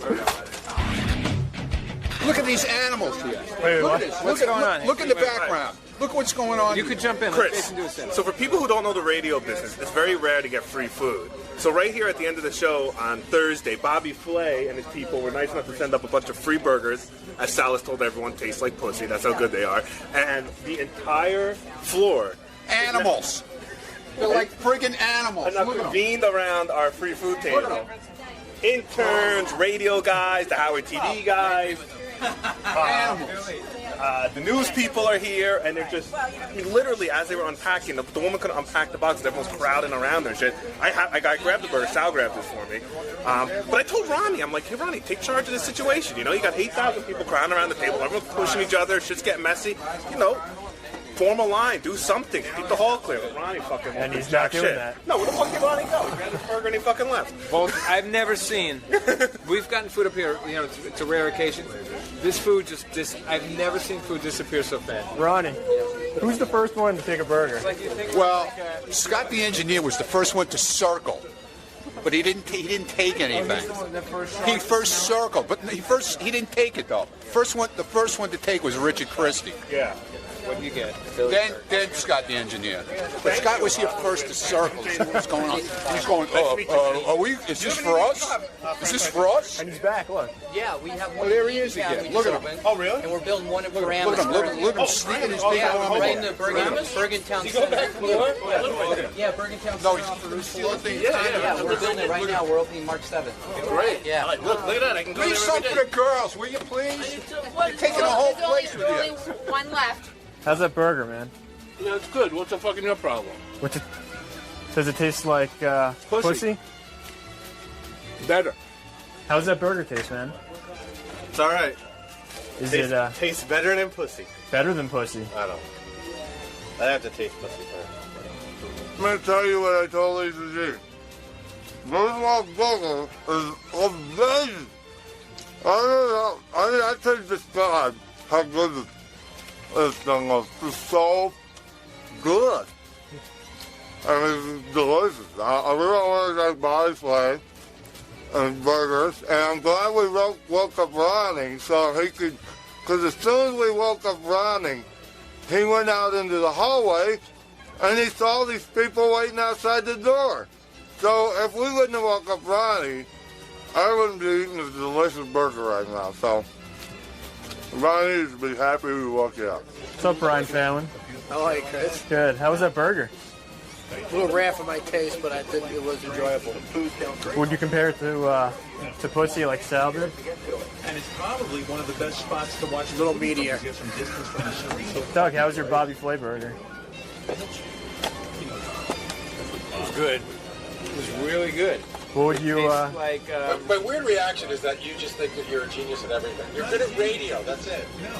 tastes like a burger. It was good. Actually, it was one of the best burgers I've had for, I guess, this style, which I don't know if it's like a fast food formula they have. I don't know. Is this like a takeout place only? If it is, it's really damn good. Sal, how's that burger, man? Well, the first day I got my iPhone, this guy emailed me and said, hey, if you want to get porn on your iPhone, here's the website. And he sent me a great website.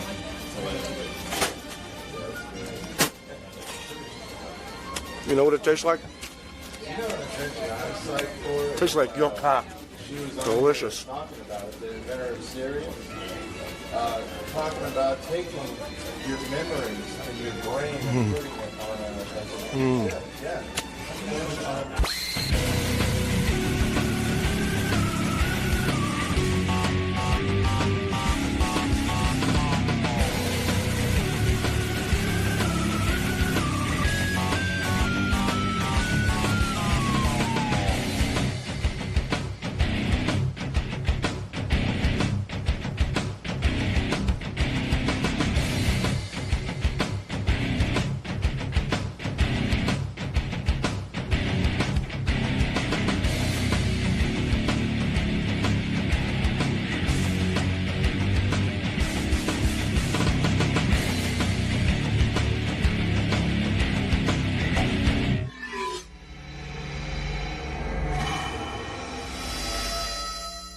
David. You know him from the Tonight Show. You know him when he had his, he did comedy. But he was a successful television producer for Merv Griffin. Is that right? Not Griffin. Who was it for? I wrote, produced, and did documentaries for NBC, CBS. I was the head of documentaries for Westinghouse. Yeah, I mean, he had a whole Media. career before he started comedy. Oh, yeah. Oh, so he didn't get into comedy as a young man. No, but I looked young. I looked like I was 21 when I went in. So now I'm doing college concerts. I'm making a lot of money. I was like the #1 comedian on college campuses. And you don't want people to know you're an older guy. I don't care. You want to be a young. No, my manager comes to me. He says, "There's a rumor going around about you, and we're losing dates in the colleges." I said, "What's?" They said you're over 30. I said, "So what's wrong with that?" I never said I wasn't. Right. He said, "Well, you know how it's like the Abby Hoffman. Don't trust anyone over 30. Right. So I said, "Well, back then, all the hippies, all the assholes in my generation. Yeah, we're all over 30. Right. So he said, we got to say you're younger." I said, "Well, how much younger?" He says, "I don't know. You pick it. But you got to be young. You got to be in your 20s." I was at that time, ready? I was at that time 33 years old. Right. So this is what a schmuck I am. So normally you're going to really do a chop job, you do 10 years. Right. So I do, just to be different, like I set my alarm at 7:02, not 7 in the morning. Right. You know, I 8:16. Everyone else is doing it on the quarter hours. Right. And I don't want to be like everyone else. I've always been this way. So I decided to chop at 9 years. It made sense, right? Now I chop at 9 years. Now when I had to lie, I had to do math. Right. You know, like someone say, when did you do your first Tonight Show? How old were you? Right. Well, I know I was 35. So one lie fits into another lie. And then doctors. Wait, doctors don't know how old I am. So You would lie to a doctor? I had to lie to everyone, Howard. It's going to come out. Wait, are you being honest here? Now I'm being honest. You don't believe me. No one can tell you Yeah. to change your age. You were vain, and you wanted to that be... isn't it.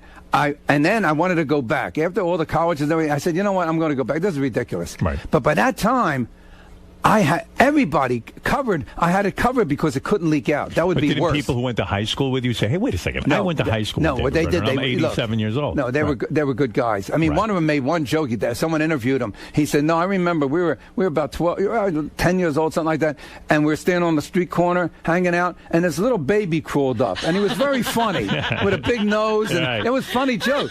Did you lie to the women you dated as well? Yes, I lied to everyone. You lived a lie. I lived a massive lie. Right, 9 years. But going doctors, and I would say this after I got a physical, I'd say to the doctor, he'd say, "Hey, you're in great shape, boy, heart, lungs, everything, boy, great shape, wonderful shape." I'd say, "Well, how about like in 9 years from now? Will I be in it? How will I be then? If I had all this now, what you're showing me, 9 years from now," he said, "You won't be in this good a shape 9 years from now." You know what I mean? So wait a second. Yeah. So it gets back to the question: how old are you? All right, the truth? You say Do you feel funny saying it? I'm ready to vomit, but I don't feel funny. All right, I will tell you exactly. Okay, all right. No jokes. I used to do. People would try to trap me. I'd say, "Well, I'm exactly 9 months older than my teeth." That stupid joke things. Right. Okay, I hear the drum roll. This is great. I will be the next birthday, which is very close to now. I'm having a fucking fit, if you want to know the truth. Howard, you and I have been through. Or you. You have gotten me in so many corners in my life. Did you start to believe your age? Like now? Yes. Yeah. And now, but what happened is my real age. I got depressed thinking about my real age, let alone the lie. I mean, the lie got depressing. Right. When I was lying, when I was really like 55, when I was really 55, and I was saying, I was 40, whatever, 46. Right. 46 was starting to bother me. As the years went by the time I was really like 60, oh my God, and I was saying I was 51. Well, how old are you? All right. Tomorrow's your birthday. Yeah, but I don't celebrate my birthday. I never did. But tomorrow I'm going to be. Give me a chance. I'm going to be 73. You're kidding! Oh my God! You could pass for 71. Really? Wow. I know. In the morning, and that's in the morning, Howard. 73. Yeah, I'm going to be 70. My God, David! I was born. Let's see. Yeah, I was afraid you were going to say like 87. No, 73. Hey, that's now 73. We need to call you Mr. David. You're a senior. You said 64. You still get it up? Well, but you both said 64. Yeah. Isn't that interesting? Because that's the lie age. Right. Right. So I looked at. No one challenged me. But then I even got phony ID. So I got phony. I got it on me. I still carry it. Wow, you really went. I'll show you my ID. I'll show. Yeah, I went all the way. But we always knew you were lying. Well, you know how we knew? It was because David's age didn't change while everybody else's did. Yeah, I kept getting older, and David was still a young comedian. I kept. Yeah. Now here, it's unbelievable. This worked. 9/11 screwed this up. Careful, okay, you can break a bone. Wait. All right, don't do old jokes. Jesus, you want to start doing old jokes? You know, this don't do old jokes. You're in your 60s. Now this says you were born in 1995. You're like 13 years 94. Look at your eyes. 1945 is my fake year. Yeah. Now you see it. It's an ID. Now I go to the airport. First of all, it's so funny because read what it says. Read what it says on the back. The identification card is solely used for your personal use. Carry your card at all times. Do not discard without first mutilating or otherwise rendering this card unseeable, unusable. It's not a driver's license. No, now it's look, nothing. Who would show this? Look at the title of it. Identification card. Identification card. So now I'm in an airport one time and I have a photostat of my passport. Right. So I go up and they say we don't accept photostats. This is after 9/11. Yeah. So I said I always use photostats. They said we don't accept it. I don't have any other ID. So they said, do you have any other ID? You don't drive? No, yeah, but I didn't have it with me. I'm not driving. So I said, yes, I do. And I take this out and I get through security. Wow. It cost me $3 on 6th Avenue. Wow. There are a few Lebanese guys who sell these. Anything you want, CIA, FBI. It's a joke. Yeah. It looks actually official in a weird way. I got into all the radio and TV stations that have security. I got into the government building here in New York with that. So did you marry that broad, Ty Babylonia? No, the broad. Yeah. No, Ty Babylonia and I are engaged, and she knows my real age. What's her story? So you're engaged. You're getting married again. That doesn't mean anything. Oh. Yeah. Now, I don't want to get divorced a million times. Not a million. How many times? 480,000. No, come on. Why how do many you times? exaggerate No, everything? wait, 3 times Three already? times. Twice when I was in my real early 20s. Right. Yeah. Because we didn't know you as a married man. And then that other broad. I didn't know me as a married man. You know how I knew married a really hot chick, but he said he woke up a year later and she was just totally different than the girl he met. A stranger. Yeah, no, she looked the same. Everything beautiful. She was a complete stranger. How many kids did you have? We were together 12 and a half years and had 2 kids. Yeah. And how old are those kids now? The truth? Yeah. Because I say 1 year, 4 years, and 6. But the truth is, Cole, who you know, when I brought him in as a little boy when he was 2 years old, when he used to come in here. He's like 40 now. He's 26 years old, Wow. 6'5". Right. And then Slade is 13, and Wyatt's 10. Wow. I give him my ID because I'm going to a government building in Washington next week. Yeah, why don't you make sure you can get in? I'll get in with this. So now that you're 71, are you going to retire? No, I'm going out. 73. No, I'm actually going out on a major tour. I'm serious now. Yeah. I haven't been out on a grand tour until when 9/11 happened. I went out on 9/14. Are you going out on tour because you're out of money? Because no, you the said country's to me, out of money. No, you said you spend everything you make. Yeah, but that's Have you okay. stopped that? No, I won't stop that. Why should I stop that? He says when he dies, he'll be penniless. Oh my God. Yeah, that's the idea. Now I'm going out on a tour because of the recession or depression, according to how you want to look at it, realistically or not. And it's time for people to laugh, like it was after 9/11. And I'm starting it in Philadelphia, May 15th and 16th at the Prince Music Theater. And I'm going to go all over the country, maybe for a year. Does Ty Babylonia have money? Yeah, Ty's all right. She's a skater, right?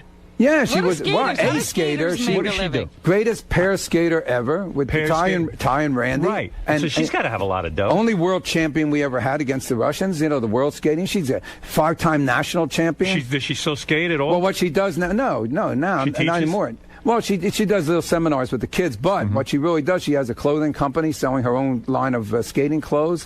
She has that. She writes for a skating magazine. And you're satisfied sexually?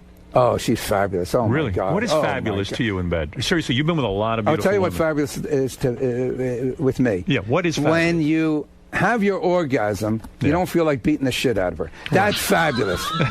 That's fabulous. Is that really like what is fabulous sex to a man like yourself? When you think about what you just did, you can't think of one more thing you wanted to do. You mean because she does a lot of things in bed to you? Not in bed. She's just so sexy and beautiful, and we're just compatible. You know, it's two squirrels chasing a nut. Wow. Oh yeah. Well, look, I've Will she ever pretend to be other women? Will she ever put on outfits? like a nun thing, a nun. Do you need any of that? A rabbi, you know. What do you need Hasidic sexually? Jew. What makes you happy? Hasidic Jew. I Do you need need a blowjob? Do you need to get licked? What do I need sexually? Yeah. I need whatever's on the menu. It's one of these things. I'll take every appetizer, entree, dessert. I'll take it all. You like that? What? I don't like anyone touching me in the back. No, I mean you putting it in the anus. Well, I don't say, I'm not a proctologist, a human proctologist. But hey, look, if an ass comes along, I'm not going to turn it down. Like I walk into a place and there's an ass there.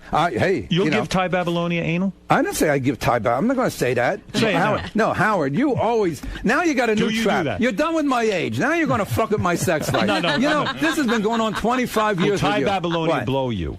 Who said she blew me? Do you need that? Do I need it? Yeah. I don't need it. I need food, but I sure as hell you would just like it. Insertion with a woman mostly. You like to? I like intercourse? everything. I like taking my pants off. Right. I like everything about it. There's nothing. Look, I have. And at 73, you get it up just fine. Absolutely. How often do you have sex with Ty Babylonia? Every night I'm with her, like I do with others. Yeah. Seriously. Yeah. Every night you're with Ty Babylonia. Yeah. That's once a in lie. a great while. No, honestly, once in a great while. Are you away a lot? A whale? Do you? No. Are you away a lot? Like in other words, are you with her every night of the week? No, I'm away a lot, but sometimes we're together a month or whatever it is. I mean, every night you're with her. Yeah, wow. The culmination of a great relationship. I don't know if I can believe that. That's a capper. I swear to you, that's a capper. Once in a while, we might be out real late, and that's the kind of thing, or my back goes. If my back goes out, I have a little bit of trouble. Right. You with that back. Well, then I do position 27. Yeah. That position where you hang from your ankles. Yeah. Well, look, my mother, when I was a kid, 9, 10 years old. Everyone has a dibbick. That's Yiddish for a monster inside of you. Right. Some people, it's going to be drugs. Some people lazy. Whatever it is, they're going to ruin their life. There's a dibbick. Mm-hmm. You got this monster. So it goes back to biblical days. Mine was women. She said that when I was a little boy because the little girls were always coming around. Where's David? Oh, he's at work. When I was a kid. I started working when I was 8 and a half. He's at work, and they come up to the supermarket and wave through the window and all that stuff. So I've always loved this guy. I've loved women. He would walk down the street and pick up the hottest women I ever saw. Always. Yeah. The street was number one. Then if you want a higher breed, you go to library. That was good. The museum, Metropolitan was great. All the libraries in town were great. Man, you got laid a lot. Yeah. And I can't believe you banged Ty Babylonia every single night that you're with her. Boy, she must be good in bed then. Well, no, she's bad. She's an athlete. I'm a masochist. I'm gonna suffer. What makes a woman good in bed? That's what I'm trying to find out. Well, you're in bed. You got a gorgeous wife now. Yeah, but what's your definition? Well, I'm asking yours. Oh, you're asking mine. Yeah. Oh, well, that says your show. You're the interviewer. I forgot that. I'm the interviewer. I forgot that. Damn it. Yeah. What makes a woman good in bed? To me, what makes a woman good in bed is that everything is compatible. It's like one of those days where everything you do turns out right. You go back and you think, well, if I would have stayed longer in this place, or if I would have talked to this guy, nothing. You can't think of how you could have improved the day. Do you still perform? What do you call that? I thought I came here to talk about my age. Age. He got off of that real fast. I'll get to he got off my tour real fast. Do you still? Now I'll get back to banging me on sex again. First time I did his show, and he was playing fucking music for an hour. Right. You got like 2 words in, and then music. He would right away. So how much sex you getting now? And then and now we have the Beatles. This is when the beginning. All these years later, he doesn't fucking stop. No, I want to ask you something. What? Yes, go ahead, Howard. I'm not busting your balls. I'm really serious. Yeah. Because you've had this wealth of experience, more than most men. Yeah. I'm saying to you. How many women would you say you've had, as a matter of fact? Well, I said that the last time I was on the show, he cornered me. How many? What was your number? I guessed a little over 2,000, I guess. All right, you got some experience. So now I want to know. That was one night. Then the other night, you got one, bang. What? You admitted your age. What? You got 1 foot in the grave. It's time now. But it's the right foot. Right. It's not the wrong foot in the grave. It's time to discuss this. Why is it time now? It's been this time for the last 25 years. Will you still perform foreplay on Ty Babylonia? In other words, you will lick her vagina, you will do everything. You must have foreplay. You always must have foreplay. What do you mean you must have? Because what if the it's woman like, just wants you to put can't climb on top? Right. It's like, okay, I'm going to take a shower, and you don't take your clothes off. You walk in the what shower. I mean, there are things you got to do. Some women don't require a lot of foreplay. Look, if they're saying that, they're bullshitting. Really? But yeah, because the women, they want to get the whole mood going. You got to be. You got to be romantic. You got to be romantic. You got to satisfy the woman. You must satisfy the woman first before you get satisfied. It's only fair. It's right. And guys don't do that. I'm only bam. Yeah, but I'm dwelling on this because I'm curious. I really am. How long do you last? In other words, when you go inside Ty Babylonia, it's a very sexy, attractive woman. How long can you keep it in there without coming?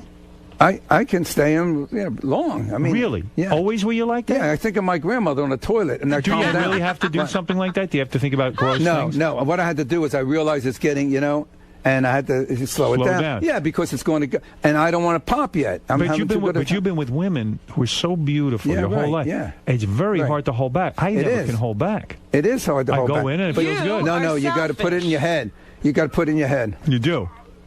You're selfish. I'm now seeing that. No, I'm not You're selfish. I want to be a good You're thinking lover. about yourself. Wow. Like David said, you got to think about her. Oh, let me tell you something. He must. His wife is so in love with him and so dedicated to him, and it isn't because it's everything that makes him him. Yeah. And that includes his sex life. So he's bullshitting. So, no. So can you go like 3 or 4 minutes and hold 3 or out? 4 minutes? Yeah. Wow. Howard. What are you talking about? What are you saying? I'm not. You saying you go like 15, 20 minutes? What are you talking about, Howard? What are you saying? I'm not. What? I can go. I can keep going. Wow. Yeah. Always. This is what you're supposed to do. If I hold out 3 minutes, it's a miracle. I don't believe you. It's true. Ask Beth. Sometimes I hold out like a minute. Oh, stop! And it feels good to me. There's some heterosexual. There's some monkeys who have an orgasm. They come in 4 seconds. Wow. Some monkeys. Me too. You're a monkey. I've done that with women. You're a monkey. I've done that. I've been with beautiful women who... 4 seconds. 4 seconds, not even one stroke, and I come. I can't help it. It feels good. Sometimes right before you get your pants off, when you're a teenager, when you're a teenager, and you're dry humping in the back of a car, and now you're going to get it, and it's too late. You know what I mean? You just ruined your pants. You mean you're doing it, and then you just slow down? Yeah, slow down, and change the position, whatever it is. You keep it going. If a woman goes on all fours with me, that's it. That's it. I can't hold back. Even just the thought of it. Well, she's crazy. He just came. Right. Look at that face. Right. He just came. I'm the opposite of gay, whatever that is. Yeah, even if it's a woman's like a cleaning lady in the buildings at night and they're scrubbing the floor, you see that. I bet you wet your pants. In what position do you have the least control? In other words, I don't particularly like a woman on top of me. I'm a control. I like control. That too. I don't like that. I mean, it isn't like. I mean, it's better than having a bad apple. But it's not. And you're faithful to Ty Babylonia? Yeah, absolutely. Wow. Look at you. I'm wild. See, that's the thing about me. I've always been wild. You know that. Yeah, I know. But when I settle down with someone, right? You're really faithful. Yeah, I do. I think it's you never fair. brought other women in. You never had 2 women at the same time. Well, not with the Not with Ty. No, but yeah, I've been. What about that hot piece of ass that I was in love with? The one that. Yeah, remember right. that one that was on your makeup? Yeah. I saw her about 5 years ago. Oh, yeah? She has not changed a bit. Why the hell did you break up with? I know she was looking to get married to you, but she was hot. Yeah, no, we had some problems there, but yeah, she was great. I mean, I am a fan. He's a cocksman, this guy. I'm a fan of women. Yeah. I love women. I have always loved them. What but about that means I respect them. What about the most recent ex-wife? You communicating with her? You talk to her about the kids? Okay, here's we thank God for email. Yeah. Otherwise, there would be nothing said between us. It's amazing. Got that I'm bad, serious. Huh? Oh, it got that bad. Yeah. What did you? Well, she took me. She took me to court twice to win custody. Take the kid to California. Same thing. I've been four custody battles. These women don't want you around the kids. Yeah, you think I was a bad guy, but my you're a kids nice love guy. me. My kids love me, man. I'm crazy. I'm not the greatest father. Like, I go to school. I go to a play. Right. All right. This is when my little boy was he's 10 now, so he's about 7. So I go to the play. It was that thing with the yellow brick road. I hate that shit. Yeah, I hate all that play. So I go. I go. And I'm sitting there, and it was like a Tuesday, and I'm sitting there, and the place is crowded, and I'm bored out of my mind. Right. And I'm looking at the wizard. The kid, he has combs his hair straight over his forehead, and he has a little square mustache under his nose.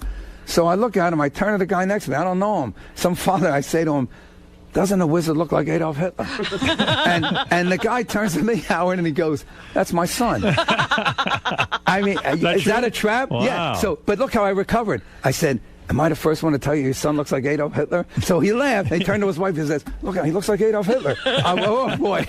Now, after all that, I get home after all that, and I say, and my kid was one of those urchins or elves or whatever the hell Munchkins. they are. Yeah, munchkin. So he was one of the munchkin. Well, they all wear the same hat. They all, I couldn't, which one's my son? Can't even spot him. No. Right. So Wyatt comes home. I say, Wyatt, you were great. You were great, and I know you're a munchkin. I couldn't really pick it out, but all the munchkins were good, so I know you were good. He says, Dad, that's the other class. Mine's tomorrow. You went to the wrong I said, night? I'm not fucking coming back tomorrow.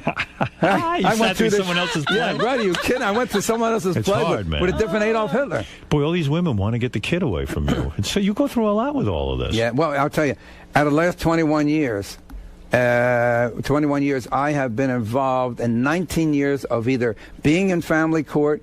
I had 5 years in the Supreme Court here. Be in court, preparing to be in court, trying to avoid being in court.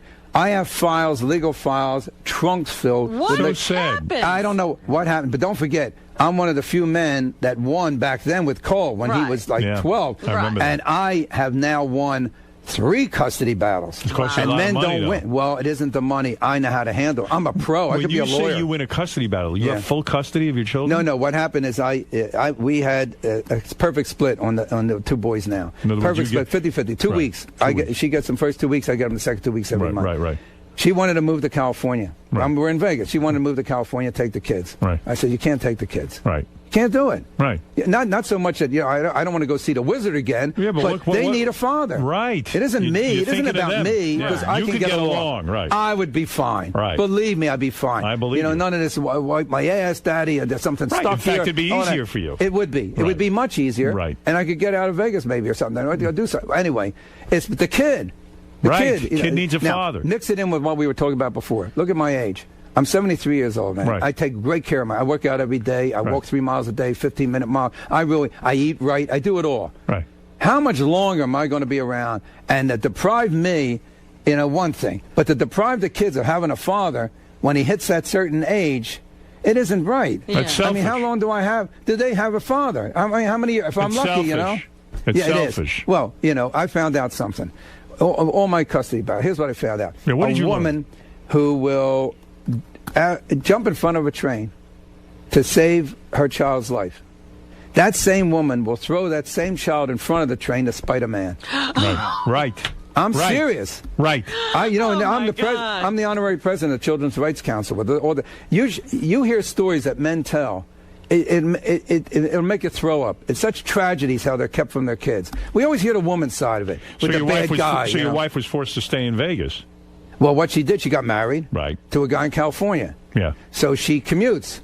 She's 2 weeks with her husband in California and 2 weeks in Vegas being a mother. Wow. Well, that's commendable. Yeah, and yeah. Well, That is. there's no choice. Right. And Ty, who was in L.A., Ty has moved. She's in Oregon now. She has her kid, and she has the same thing. Oh, Ty's in Oregon. Yeah, she went. So no wonder you fuck her when you see her. You're not living with her. You're in Vegas. Well, we never lived I together. didn't We know never that. could. Oh, no wonder it's working out. No, Come I would on. live with her in a second. Are you kidding? I always wanted to. She's one of the few women in my life I wanted to live with. We get along so what great. do you do when she's not around for a couple of weeks? You beat I off? go fucking nuts. You beat off? No, I don't. I haven't beat off since I'm 14. Are you serious? Yeah, I don't know why. Well, I never had to. Now I really should. Yeah. Yeah, I Maybe really you should take that up. Yeah, take it up. Very good. Thank Yeah. you, Howard. Mary Ann from Brooklyn, say hi to David Brenner. You can go to davidbrenner.com. Oh, my God, David Brenner. I am a long-time huge fan. I saw you years ago, maybe 100 years ago at Pips. I can't believe you're 73 years old. Thank you. Howard, he's got Facebook, Howard. I just Facebooked you, David. I love you, and I'm coming on your tour. And when are you going to be in New York City? New York. I'm going to start in Philly. It's my birthplace, and I'm going to end it in New York because it's the birthplace of my career. I'm coming to see you. Okay. All right, Mary. All right, are you thanks still a lot. friends with Joan Rivers, or you guys? Yeah, broke no, up? we're You friends. No, we're friends. You got any enemies? Well, yeah, I must Showbiz have. enemies? I must have enemies. Yeah. You know, guys. I love feuds. I love showbiz Yeah, feuds. I think there are Nobody guys you who hate? pissed off at me. Anybody you hate? No, I wouldn't say that. You never banged Joan Rivers, did you? No, No, thank God. no, I didn't bang Joan. But I didn't go with too many people in the business. No. I'm always Did looking. you ever have any real famous girlfriends? You probably went that route for a while. A little famous here or there. Yeah. I was with surgeons, secretaries, part-time No work. famous chicks besides time? Very few. Very, very few. Very few. I like women for what their essence. I don't like them because they're famous and all that. I could have had all the famous women, but I'd rather have somebody who's a teacher in a school. But who's that one you keep thinking about? That one famous Probably Moms Mabley. Worked with her. Moms Mabley, what a great comedian. She was great. She actually, she was at the Apollo doing a show, and she always went, my husband, he's so ugly, I burn him upside down. Let him dig his way out of that shit. That was Moms Mabley. So she suddenly collapses it on the stage. And everybody's like, and then she starts joking about being old, and she starts talking, and she does like 25, 30 minutes laying on the stage, right? That place, they closed the curtain. She had a heart attack, man. And she went through her act. She finished her act. That's impressive. Yeah, she was great. Yeah. Your dad was in vaudeville? I didn't know your dad was in show business. He was a comedian, song and dance man. He had a contract. His best friend was Vernon Dent, he's the big guy in the Stooges, Three Stooges. He has the mustache. Yeah. Your dad worked with the Three Stooges? He had a contract to do movies with them. He came back to Philadelphia from California. He was a young guy. Yeah. And my grandfather was one of the top rabbis in Philly. And gave him the speech. You can't work on Shabbat, Friday nights. You can't do a job you can't work Friday nights until Saturday. But unlike Eddie Cantor, Al Jolson, who defied their father, father listened to his father. And he didn't do the movies with the Three Stooges? No, he missed he never went on stage again. Wow. But then he lived vicariously through me. Wow, how sad. I mean, to work with the Three Stooges, to me, the Three Stooges were the greatest. They were Philly guys, three Jews from Philly, from South Street. I love those guys. Yeah, fabulous. All right, so listen, man, it's all good. I'm happy for you. Thanks. I mean, you're doing well. I mean, you seem like you're in a good place. You give us hope. It's not over after a certain age. And I ought to do commercials and everything. Look, I have nothing done to me. I mean, I'm afraid of a knife, I'm afraid. You never had a nose job or a... Howard, we both had nose jobs, okay? You want to fucking lie about things, there's a great lie. I had a nose job. Well, so did I. Mine was huge. Let me see. You had a nose job? Mine was like, I had a big nose. Turn around. Let me see. Let me see the profile. See? No, what the fuck? You got to sue the doctor if you had a nose job. I don't believe that. Jeez. Oh, please, Howard. What is it, Matthew? One last question for David Brenner. You have the floor. Go ahead, Matthew. Yeah, hi. Hey, Howard. Thanks for taking my call. Richard, it was a great interview. I didn't know a whole lot about your age and about your legal stuff. I just hope it doesn't get you into trouble getting into airports with a fake ID. I'm in so much fucking trouble anyway. This is not going to add. This is a little salt on a potato. And by the way, his name is David. Yeah, you know what it Howard. is? You know what it is? Richard Belzer. Richard Belzer and I they confuse us all the time. Do they really? Yeah, they come up to Richard and they say, David Brenner. I don't know why. He's an old guy with big ears. I mean, what the hell is what happened, Richard? Belzer. Listen. I love Belzer. Yeah, listen, let's go to Rob. Rob, you're on the air. You have the final word, Rob. Go ahead. Yeah, David, for years you've been lying about your age. Yeah. My mother went to your bar mitzvah. I know. Wait, I'll tell you why. Same age, born in 36. Yeah, but she didn't go to my bar mitzvah, and I'll tell you why. I wasn't bar mitzvah. Yes, you were, too. No. He's telling me. I wasn't bar mitzvah. You weren't there. I wasn't bar mitzvah. If your mother, she probably came to a party. I lied about it being a bar mitzvah. The rabbi was a friend who lived down the street from me. It was an Italian guy. Dominic Barber, you're on the air with David Brenner.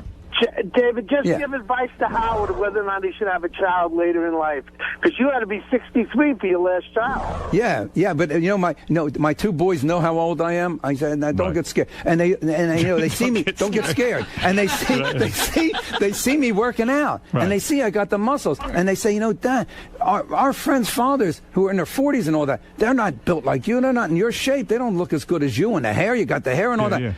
Now I want to tell you something. My oldest boy, Cole, years ago, I said, look, I got to tell you something. He said to me, Dad, if you're going to tell me your real age, if that isn't your real age, because it's on his birth certificate. Right. He said, if that isn't your real, I don't want to know about it. He said, I'm scared enough. Now, I had an old father, so I was scared. 9 years shaved off, they were scared. You ready? Right, you ready for this?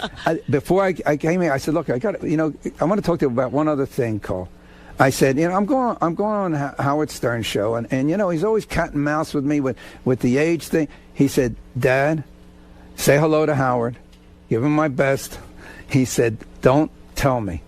He doesn't want to know. Really doesn't want to so know. I'm wondering. He might think you're 85. I talked to him last night, and we didn't say anything, but I'm wondering if he's going to listen to radio. And if he does, I wanted to tell him myself in case it came out. Yeah. But now I'm afraid one of his friends is going to come in and say, boy, your father's a fucking old guy. He had you. He must have had cobwebs on his dick when he had you. You know what I mean? It's going to be one of those things. But what about what Dominic is saying? Dominic's hung up. He says he thinks I should have children. I'm at the happiest point. I had 3 kids. Howard, my wife is happy. Right. She's not looking for children. We're so happy together. Howard. It would ruin it. Let me tell you something, Howard. They say that children change your life.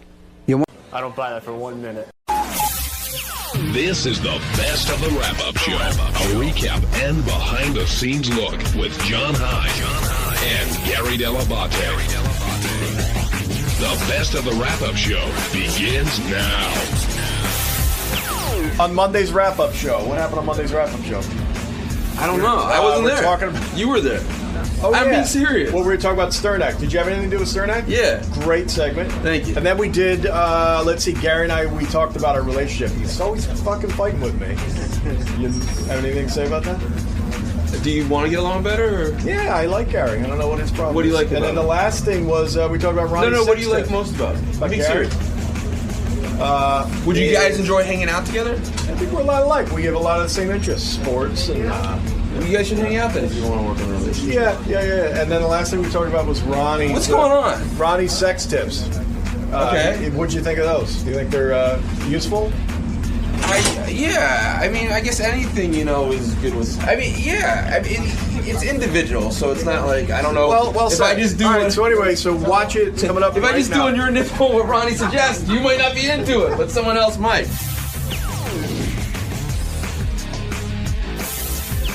Since Gary's not here, I've got Scott DePace in the chair. Wow. How'd you get me? You like co-hosting? Yeah, pay me some money. Well, that's what it's all about. Can't help out a friend here? Yeah. How are you and Gary getting along these days, by the way? I meant to ask you that. Pretty good. He always likes to get his jabs in, though. But I think... And you don't? No, I don't. No. Really? It's all him.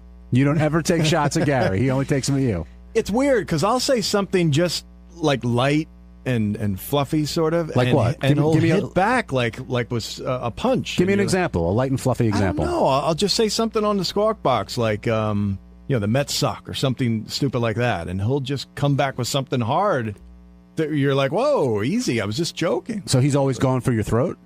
It just seems, it seems like when I'm walking by him, he's got boxing gloves on and he's ready to go. He's expecting me to, that's just my vibe. I don't know. But you're getting along better than... Yeah, I think so. Until the next thing rolls around, right? Exactly. It's just a matter of time.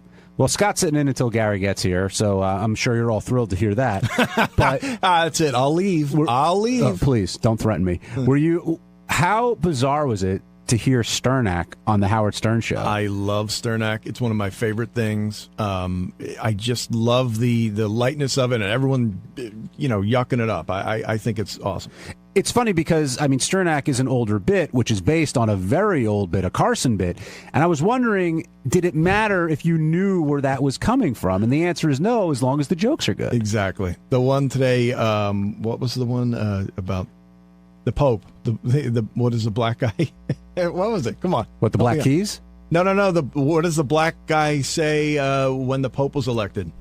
Oh, Betty White? Betty White. Yeah. That was good. No, there were a lot of good lines in there, and I loved Howard trying to keep the hat on and, struggle a little bit, but I was glad to hear it, and I hope that we'll be hearing that bit again sometime soon.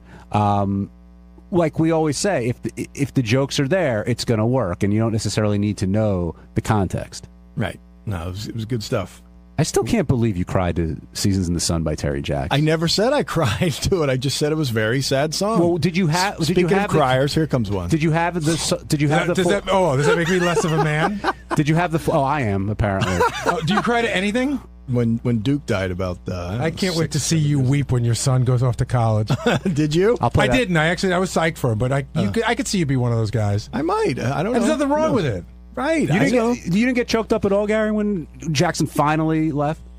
You know, I thought I was going to, and Mary did in the car, but I didn't. It was just such an exciting time for him, and it was something that he worked so hard for. And I didn't get to do it. That was probably the key. I didn't get to go away to school, so I was so happy for him, and I thought I was going to. I mean, I was a little bit sad, but I was so happy for him to achieve what he wanted to do that I didn't cry. Scott was saying before that I asked how you guys are getting along, and you said pretty well, but a lot of times he'll say something light and fluffy, and you'll immediately go for the jugular. Is that a fair characterization? I think he's just as bad about that too, but he probably doesn't. I would say both of us don't see it that way. We've been getting along fine, but yeah, if you take a crack at me, I'm going to go for you, and the same thing too. What'd you just say to me in there? Well, yeah, exactly. I said we were talking about the song. Howard said, "Boy, that's a wimpy song." You thought was... Yeah, I said something stupid. I said something. And then really... I just said, I never said I cried. And then Gary said, I can't remember exactly what it was, but what was it? Something about being goofy to cry over that song. Yeah, and I'm you're too weak or something like that. I don't talk like that. Another, I did take a shot at you. Another thing we heard a lot of during the show today was a new feature of Ronnie's sex tips. Now, Ronnie's talked about this stuff on Wrap Up before, but on this one, Ronnie, was that stuff that was written for you? Were you improv in there, going off the cuff? How did that all come together? What do you mean written for me?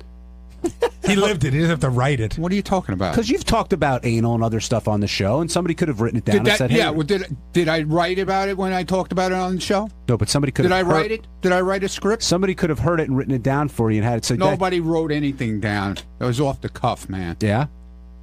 I thought they were great. I cut a whole shitload of them today. The one where you put a vibrator under your balls while she's blowing you? Yeah. So is that the same vibrator that she is using? What's the difference? I don't know. What's it dirty? Yeah, is it dirty?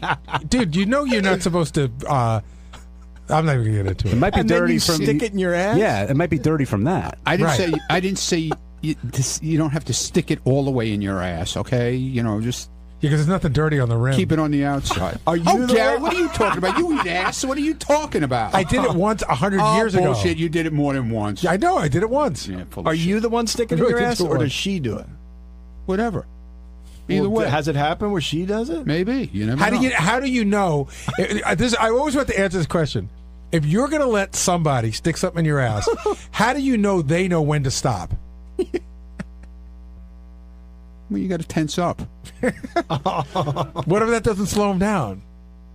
Well, God, does she lube it up? Then you'll scream a lot. What can I say? Lubed, or is it just no lube, dude. How many of these tips do you have?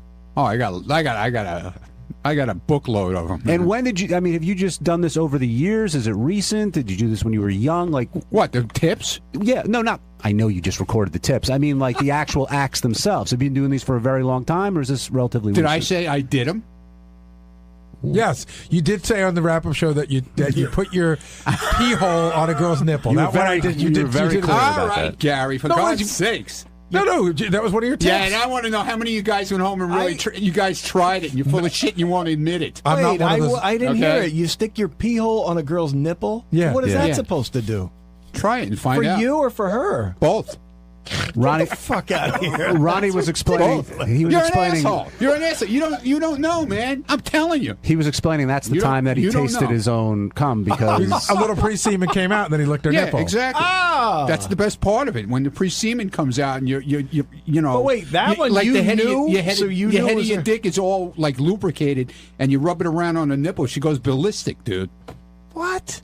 And you knew that your pre-cum was there and you went for it? Dude, you're in the heat of the moment. What, are you kidding me? It's the best part. If you're going to play in the mud, you're going to get dirty. John, and your 80 blowjobs? It's not like you're licking shit, dude. It's practically. Oh, stop it. You never ate a girl's pussy out? Sure, but not after I came in her. Yeah, but dude, you ate a girl's pussy. You got huck cum in your mouth. What the hell's the big deal? Hers is fine. It's not mine. Oh God, what a baby! What a baby! You're not a man. Hey, it's Gary Dell'Abate. On Tuesday's wrap-up show, Zach Braff came in and he talked about everything that's going on with Kickstarter and also what it was like to meet JD and how that could be a little bit awkward. Here's what happened.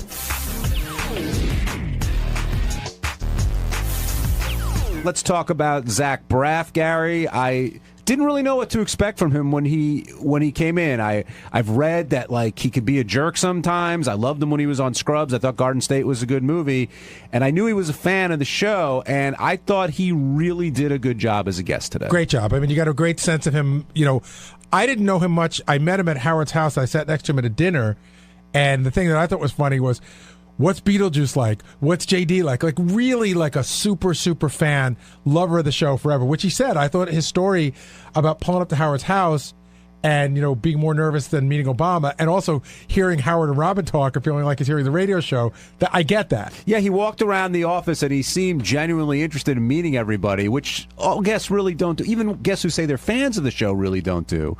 But when he was in there with Howard, it was a very comfortable conversation. But I thought he was very forthright with a lot of things, whether it was the women in his life, this Kickstarter campaign, all that stuff. And that's what makes a good guest. Just be honest. Even if you don't want to answer something, say, I don't want to answer that, and then Howard will respect that. Yeah, he sort of got that. And this is what a super fan he is. I said, you know, he's dating this beautiful model named Taylor, who I've met also. And I said, where's Taylor? And he looked at me and he goes, yeah, I'm not bringing her here today. You're like, he knows. So he knows the show. But I respect that. Yeah, you have to. I didn't know, though, I guess reflecting on it makes sense, but how quickly he got really successful. I mean, he had Scrubs and Garden State really back to back, and all of a sudden he's the guy for a while there. And he even said he got a little depressed even though he had everything. But managing that success in your 20s is tough. I mean, of course you're going to be an asshole some of the times. It kind of comes with the territory, don't you think? Listen, it's really hard to, you know, if women are loving you and you know, it wasn't like a big thing for you in high school, and all of a sudden women love you, I think every guy would fall into that trap. It just depends, you know, how long you got to get out of it at some point, or then it just becomes sad. Right, Steve? Taylor in Brooklyn. I say because Steve and I were talking about somebody today, not that Steve is there. We were discussing another person. Well, speaking of Brooklyn, Taylor, you're on the wrap-up show. Hey, guys. I was curious what you guys think about some of the criticism people have spoken out about Zach Braff using Kickstarter, when really Kickstarter is meant to be, you know, for true startups. And, you know, potentially, you know, he could get in a room with people with money to get some funding, and, you know, just wondering what you guys think about it. I'll tell you my opinion. I think that I don't know where that rule is written. You know, it's something gets created. I think something like that is self-regulated, meaning if he had an idea and nobody gave a shit, then it would die. You know, they talked about Melissa Joan Hart. She seems like a very nice person, but it's almost like a popularity contest. And so, you know, the audience spoke and they said, I don't want to see a Melissa Joan Hart project. The audience spoke and said, I want to see a Zach Braff project and a Veronica Mars project. And we've talked, like I said to John, if you told me for $50, I could put $50 up, and that would go towards a Sopranos movie, I'd do that in a minute. So I think it's, you know, I understand people like, hey, he can get in front of people, but he got in front of people and it didn't work. Yeah, that's the backlash. I think, you know, Kickstarter is sort of a grassroots kind of thing, and you want to help out the little guy. And in this case, you're not helping out a little guy. You're helping out an established star, or like a pet project like a Veronica Mars. I'm okay with it. You know, like you said, if you go on there and you raise the money or you don't, that's one thing. But I don't think it's going to discourage people from doing it. And I also don't think you're going to see folks going on there with $50 million budgets saying, we need your money, we want your help. I think, if anything, like Zach said, it did bring attention to Kickstarter if you didn't know what it was before. And some of those inventions on there and the other things, they're really cool. And the thing I like about the site is if you've got the product and a good pitch, you'll get the money. And if you don't, you won't. And that's sort of a great testing ground if you're trying to start something up. Yeah, you have to work off the idea, which I don't buy into, that every single person that donated money to Zach Braff's project was going to donate to somebody else on there. That's not the case. I don't think it is. I think if you have something good, whether you're a Hollywood star or an inventor, the good stuff is going to float to the top. Kenny, you're on the wrap-up show.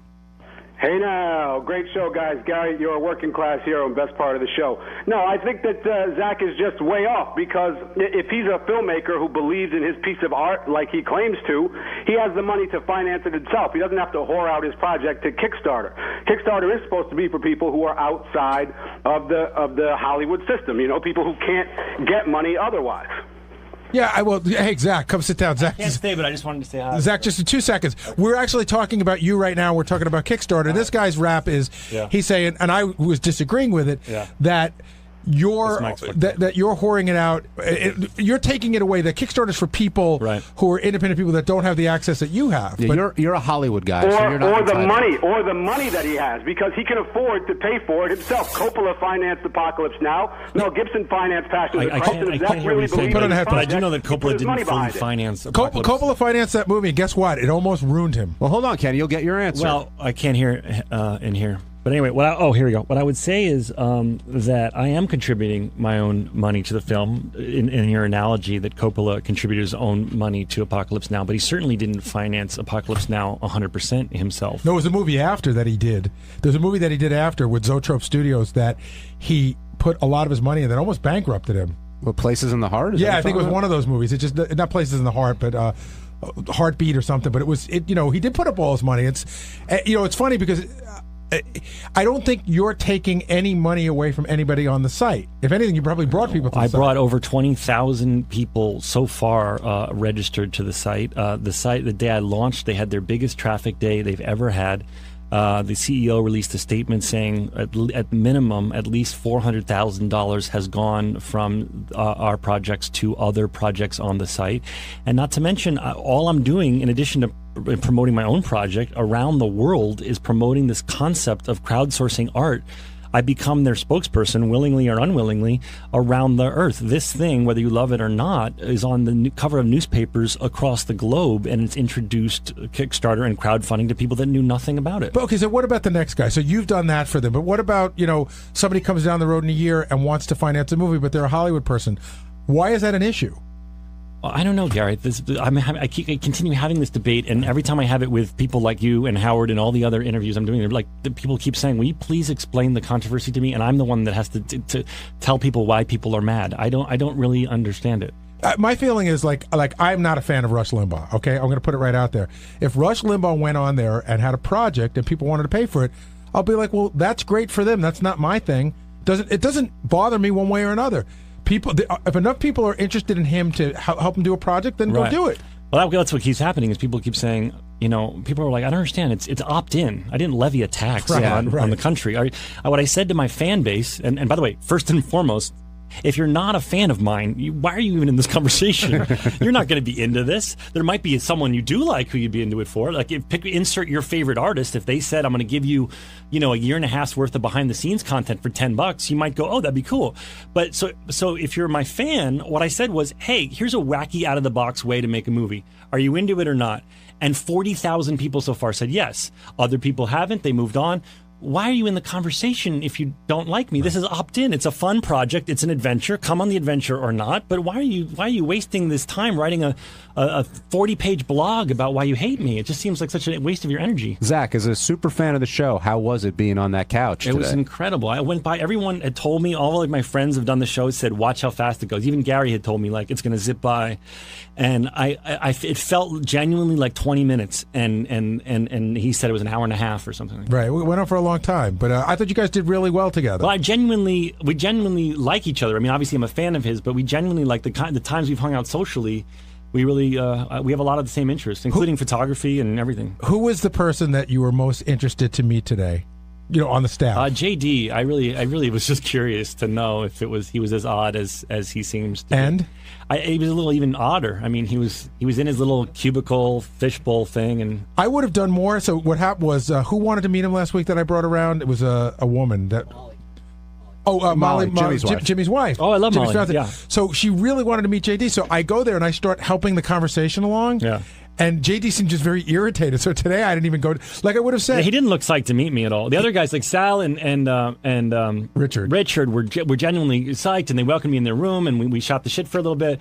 Like JD looked like I was in his way and bothering him. He does. I give tours all the time, and the running joke is I love to get people up in his face because it makes him so fucking uncomfortable. He looked at me like, dude, I have work to do. What the hell do you want? And I'm like, dude, I'm a fan of the show. I'm just kind of meeting everyone, right, Gary? He looked at me like, how much longer is this hello gonna take? But you're see, the funny thing is, I know JD, you're taking it the wrong way. You're taking it like he was annoyed. He's not annoyed. He doesn't know what to say to you. He doesn't know how to react, and he wants it to be over because it makes him uncomfortable because he doesn't know what to do. Oh, okay. Well, that's what happened. Zach, Ronnie just walked in here. I just want to get your take on Ronnie's sort of rise as a star. I mean, you know what he did beforehand. Now he's a media personality. Yeah. And does it surprise you at all that Ronnie's become this sort of entertainment No, force? I think Howard talks about Ronnie so much that it was bound to happen. I mean, the guys that Howard focuses on, as a fan, they obviously become, Gary, the ultimate example. They become celebrities in their own right. And Howard talks about Ronnie all the time. So the fans are interested in what Howard's interested in.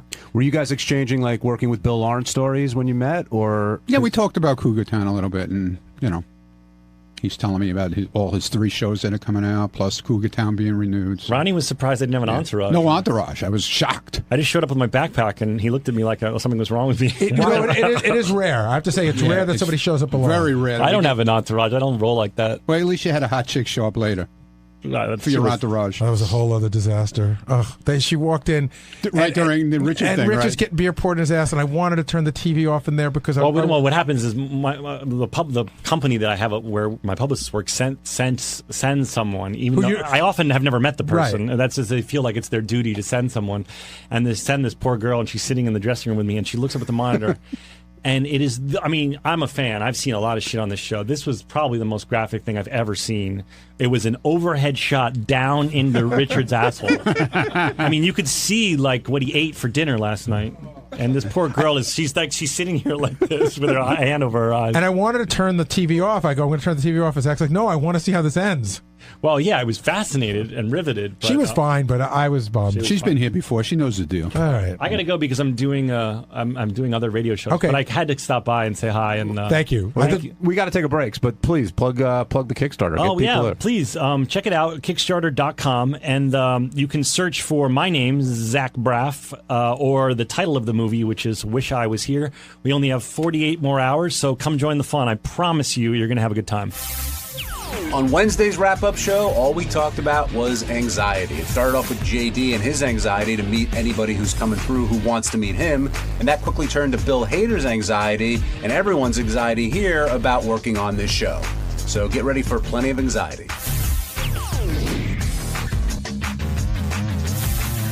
Before we get to Bill Hader and Lisa Lampanelli, I do want to talk about the role-playing that you and Howard did to help JD and how it had absolutely no effect whatsoever. I really, really do like JD, and we do break his balls a little bit, but the stuff that I was saying off the air and on the air today, I really think in my mind is constructive. I want to help him because I was saying to the news, like, I know that if this thing went away tomorrow, one of the dream jobs he'd love to have would be to do a similar job for Jimmy Kimmel. Mm-hmm. So he now has standing behind him the head writer and Jimmy's wife. And I'm just like, so sort of like, just talk a little bit, be a little bit more. And then Julie said to me, well, if JD becomes charming, is he still JD? And I'm like, yeah, he'll always be JD, but I just wish he were a little more talkative because I feel like I've spent a lot of time over the years telling JD how good he is at his job. I still don't think you know how good you are, and I think you don't. I will never say how good I am. You can't feel the compliment. You can tell it to me, but if I start to if I start to believe it, I don't want to. I'd rather just say, all right, thank you, and I'll just keep doing my thing. But you can know you're good at something and still be humble. Yeah, well, okay, but I know I'm dedicated and stuff like that, but if I voice it, I feel there's an arrogant part. You don't have to voice it, but you can be like, hey, thank you, I work really hard, I do appreciate it. You can't even do that. But the thing I was going to ask you before I turn it over to John, are you surprised, like, when people come here, they want to meet you? You're one of the people they want to meet. I mean, it's nice. It's a little surreal. So, to hear that sort of thing. So, I mean, but I don't know how to feel about that. It's like, all right, okay. It's, it's cool. But, if I think, I'm, I don't know. I just, it's nice. Can you at least admit that you're great at pouring beer in my ass? I am very excellent at pouring beer. Although yesterday I don't think I did so well. It was a lot harder coming. It was a lot. It didn't come out as good. It comes out better out of the bottles than the cups, I think. See, my theory on this, Gary, is that when you bring someone over to him, JD feels like he's bothering the person that you're bringing over, even though you're technically bothering JD. That's right. Is that fair? I don't necessarily feel like that. I just don't want to. I don't want to do something or say something that would make them feel negative or whatever. I don't want to mess anything up. But you usually don't. I mean, there's other people that work here that have to worry about that. That you're not one of them. Well, still, I don't know. Do you have any desire, if you knew it would go well, do you have a desire to interact? Sure. I would love to be able to be as I was listening to. I could hear Zach and Richard and Sal talking in there, and they were they were able to talk to him like this, coming up with things to talk about or whatever. My brain, for some reason, just locks up whenever it's interacting with someone I don't know. So you'd like it to get better then? Sure, but I mean, I would, I know somebody here he was really excited about interacting with one day. Selena Gomez. Well, listen, it was a hot chick. Did you interact with her? Hold on. No, well, first of all, no one was back here to give a tour. And some guy comes back here and goes, Selena Gomez would like a tour. I was like, sure, I'll do it. It's fine with me. It's like, get and talk to Selena Gomez. He jumped. I've never seen him jump up quicker. Oh, so you took her around? Hold on. So I wait out by the door. I'm just standing there. She's signing the wall. The guy's like, he gives the Nick sign. You mean the cut neck sign? He's like, it's actually Selena's dad that wants the tour. and then they didn't have time to do that. So he was shoving gum into his mouth. Well, I didn't want to stink.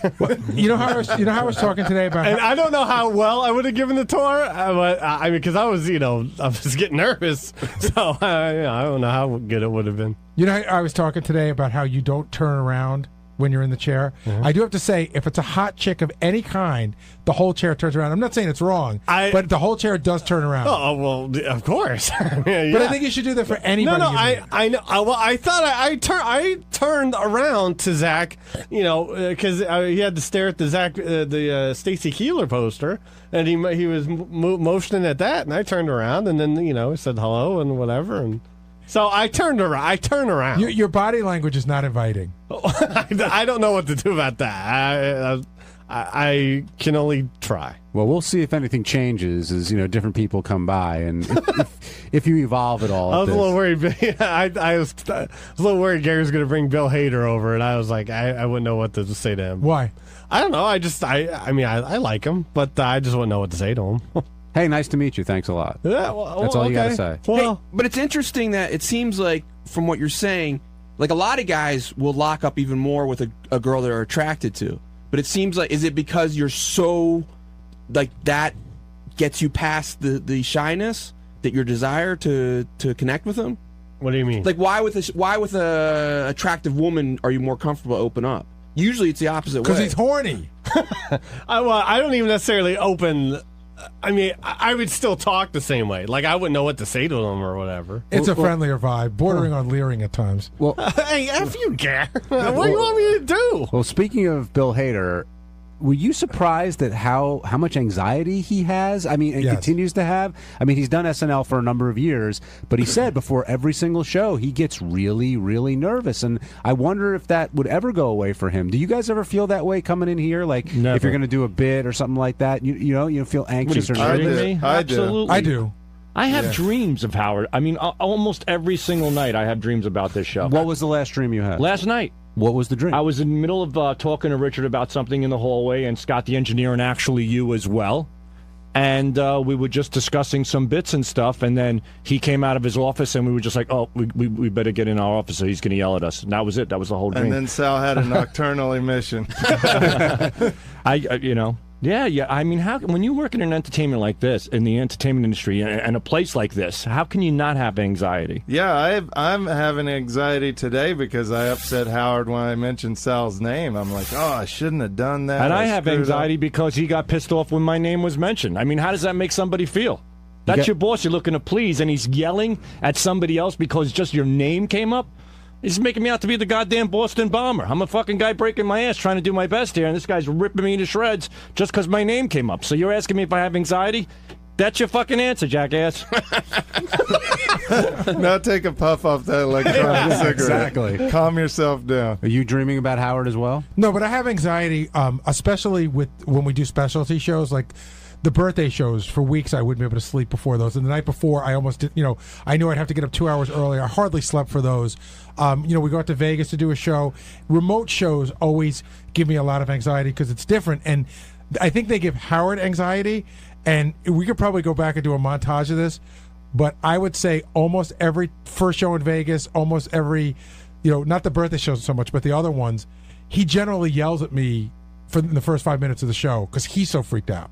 Right, to get comfortable. Yeah. Yeah. Benji, how about you? I'm a scratching post. I've gotten yelled at by Howard a lot, like when I'm in the shower, and I'll have like an argument with him in my head for like 10 minutes, and then I'm like, oh my God, I got to get out of the shower. Are you replaying an argument that's happened already? Replaying an or argument, future arguments from 4 years from now, yeah. How about you, JD? I just have anxiety about everything. So, no, but what's your worst? in particular? What's your worst case scenario? What's our worst case? Yeah, like when you think of the worst thing that could happen. Not having something for the show, not having anything, any material or anything. Sean in Massachusetts, you're on the wrap-up show. Hey now. Hey, Sean. JD, big fan. Yes. Pleasure meeting you in Boston. Thank you. When a guest like Bill Hader and Zach Braff come in, do you start thinking to yourself, wow, I got to get going with my future career after the show, and Bill has problems with anxiety too, and you got to get something going, right? Don't you have that? It's not just when they're on the show. I mean, that's just me daily in my head. So, I don't know. That's just me daily. But you're not jealous of them, are you? No. Like, what about with Zach Braff? I mean, he's had a good history with the ladies. Is that bother you of course, I'm jealous of that. But who wouldn't be?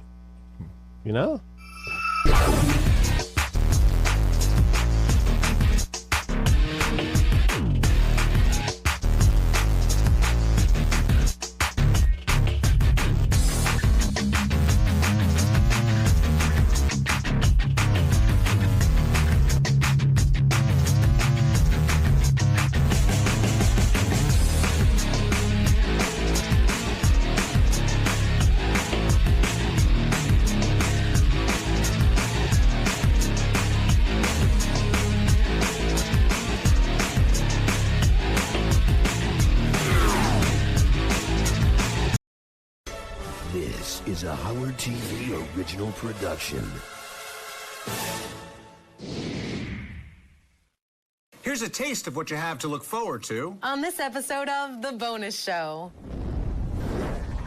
I want this Santa to sit on my lap. And this is what we wanted to work on. Richard is a lick ass. Dude, I'm telling you. Benji is so busted. I don't want to make a big thing of this. I really don't. And we'll show you what Jason uses his index and middle finger for. Fingering is my go-to move. I always thought I was good at that.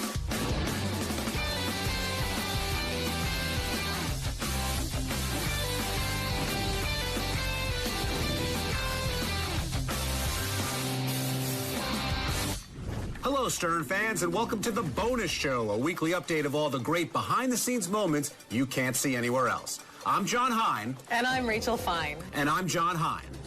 I think you covered that. John Hein. Well, John Hein, you and every other dude watching the show is going to love the next clip. I'm not even going to bother setting it up other than saying nip slip. And I'm John Hein. Howard Stern Show's Blast from the Past. All right, so we have some bad news for you. We're not going to be able to get you on this time. Okay. All right. Too bad. Do you want to make a plea to the camera or something for? A plea? I mean, is it going to get me anywhere? It's not going to get you on, but maybe it'll make the TV show for this. Howard, I baked these fresh homemade cookies for you. And I'm really disappointed that I didn't get an opportunity to meet you. But maybe you can ask me back sometime. I'd love to meet you. I'm so good at this. All right, that's good. All right. I haven't been nervous at all, and you guys take me out here, and now I'm trembling. And I even have my strawberry lip gloss. I thought I could plant a little kiss on him. So here's my little outfit. I even groomed myself underneath, so I thought maybe I could give him a little show of that. But, of course, and this is what we wanted to work on. Anyway, I can't show you the rest. It was supposed to be a surprise for Howard. Man, am I in the Christmas spirit. Are you sure you're not just horny? Maybe that's it. Well, let's see if this next clip turns you on. Here's Richard trying to lick Ronnie's ass. What's wrong? Everything come out all right in there? Go lick the fucking bowl and find out. How about I just lick your ass instead? Go ahead, lick my ass. Go Okay. ahead. Lick my ass. You don't think I won't? Yeah, I know you would. I'm even gonna take my hat off. Here. You asked me to. Go away. You asked me to do something. Dude, I'll fucking slam the side of your head. I swear to you. I swear you'll be fucking bleeding. Go away. Dude, I'm telling you. Just let me lick it. Get out of here. Just turn around. Get out of You won't here. even know what's happening. Go away. You won't even know.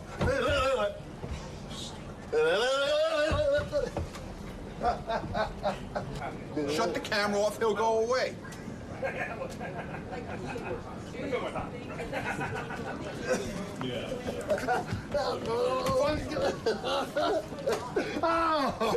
Oh, you just broke my teeth.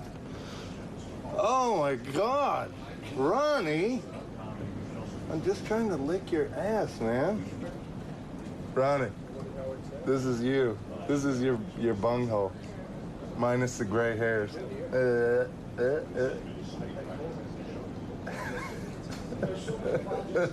Look at him, he's smiling.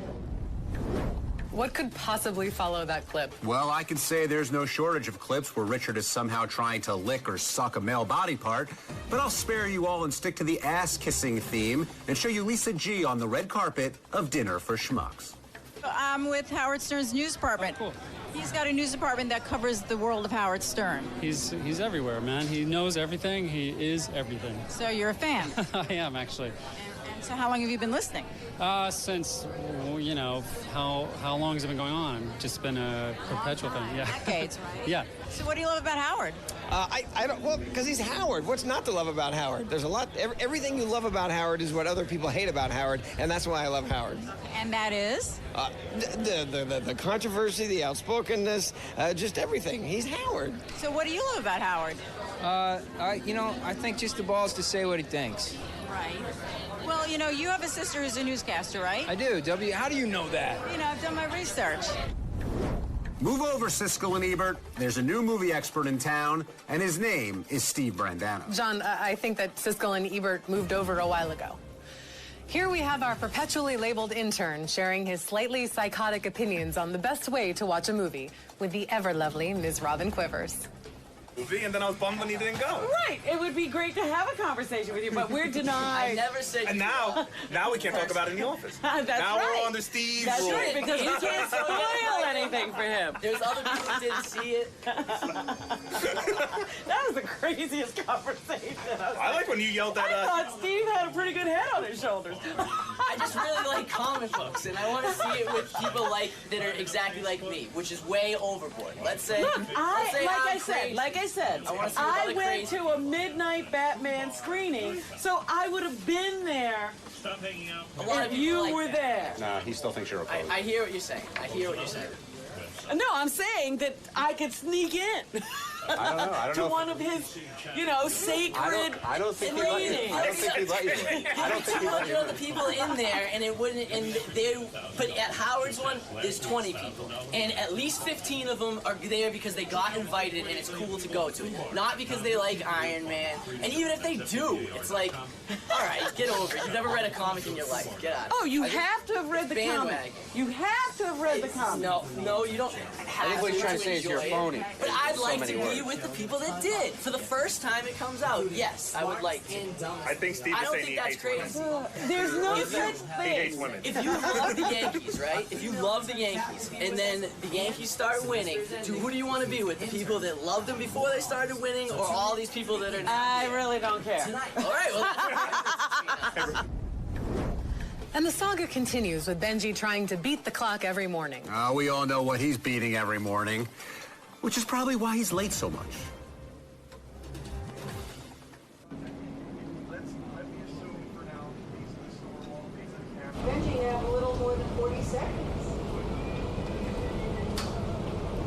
Benji, so the other day you were pretty close to being late.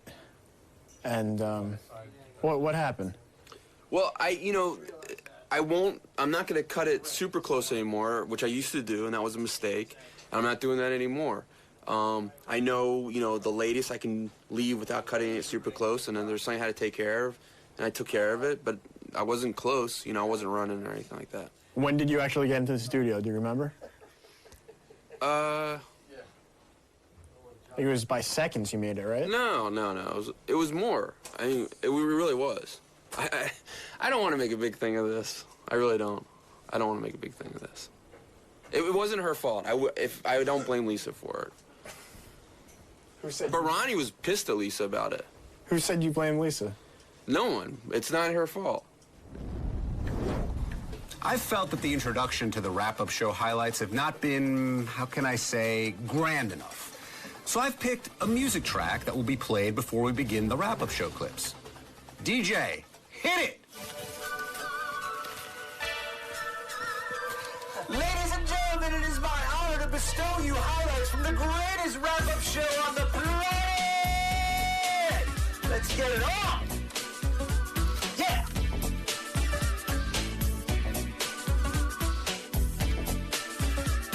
Now that I can make fun of Ralph, I gotta say he's wearing an ankle bracelet. Is that a good thing for a guy to be wearing? No, it's not an ankle bracelet. What is it? It's a piece of string. But why I don't know. I couldn't notice the ankle bracelet. I was too busy looking at the sneakers with no laces and no socks. Some people love to compliment their wives. Others like to pamper them. Sal likes to piss his off and lovingly throw remote controls at her head. Nice. Has she ever thrown anything at you? No, but I threw a remote control once at her, and it hit the back of her head. I didn't mean to hit her. I was pissed off. And when I chucked it, the battery compartment opened up, and batteries were flying on both sides of the room, and she went down, and the battery compartment went up in the air. It was funny as hell. It was like a scene out of... you guys all laugh about it now? Out of the Three Stooges. You guys all laugh about it now? I laugh like a motherfucker. Were you laughing then? As it happened? I said, oh, shit, and I went down and I laughed a little bit, but she really pissed me off. We all know how Jason fingers chicken wings, but we're about to find out how he fingers something he loves almost as much as food. Vagina. This is a warning. This clip may leave a grotesque image in your head that will haunt you for many years. If you're easily made nauseous, please turn from your set for the next 30 seconds. Fingering is my go-to move. I always thought I was good at that, and then they're saying ew, fingering's gross. I'm gonna vomit. Just give me one. That's as bad as the taco. That's gonna make it gross with fingers. I don't know. They were talking about it, but I was a little bummed hairy out. sausage fingers. Yeah, my hairy sausage fingers. They were scratching my balls. I mean, all that's true, by the way. But the rest of the stuff they said made me feel great. Yeah, I was like, wow. Well, they also said they didn't really like big penises, and you're a Magnum guy. No. I'm Magnum for girth. The one girl said girth. I have girth. I'm girthy. I'm girthy, and I'm good with my fingers. Can Gary come back now, please? Yeah, seriously. Whatever the complete and utmost opposite of turned on is, I am that right now. Yeah, me too. So let's leave you with Nip Slip Santa Girl in slow-mo. Thanks for watching. We'll see you next week. That's not going to help. Helps me. Helps me a lot. Great. You know what else helps me? DJ, hit it! Let's hear it for Nip Slip Santa! I'm John Hunt.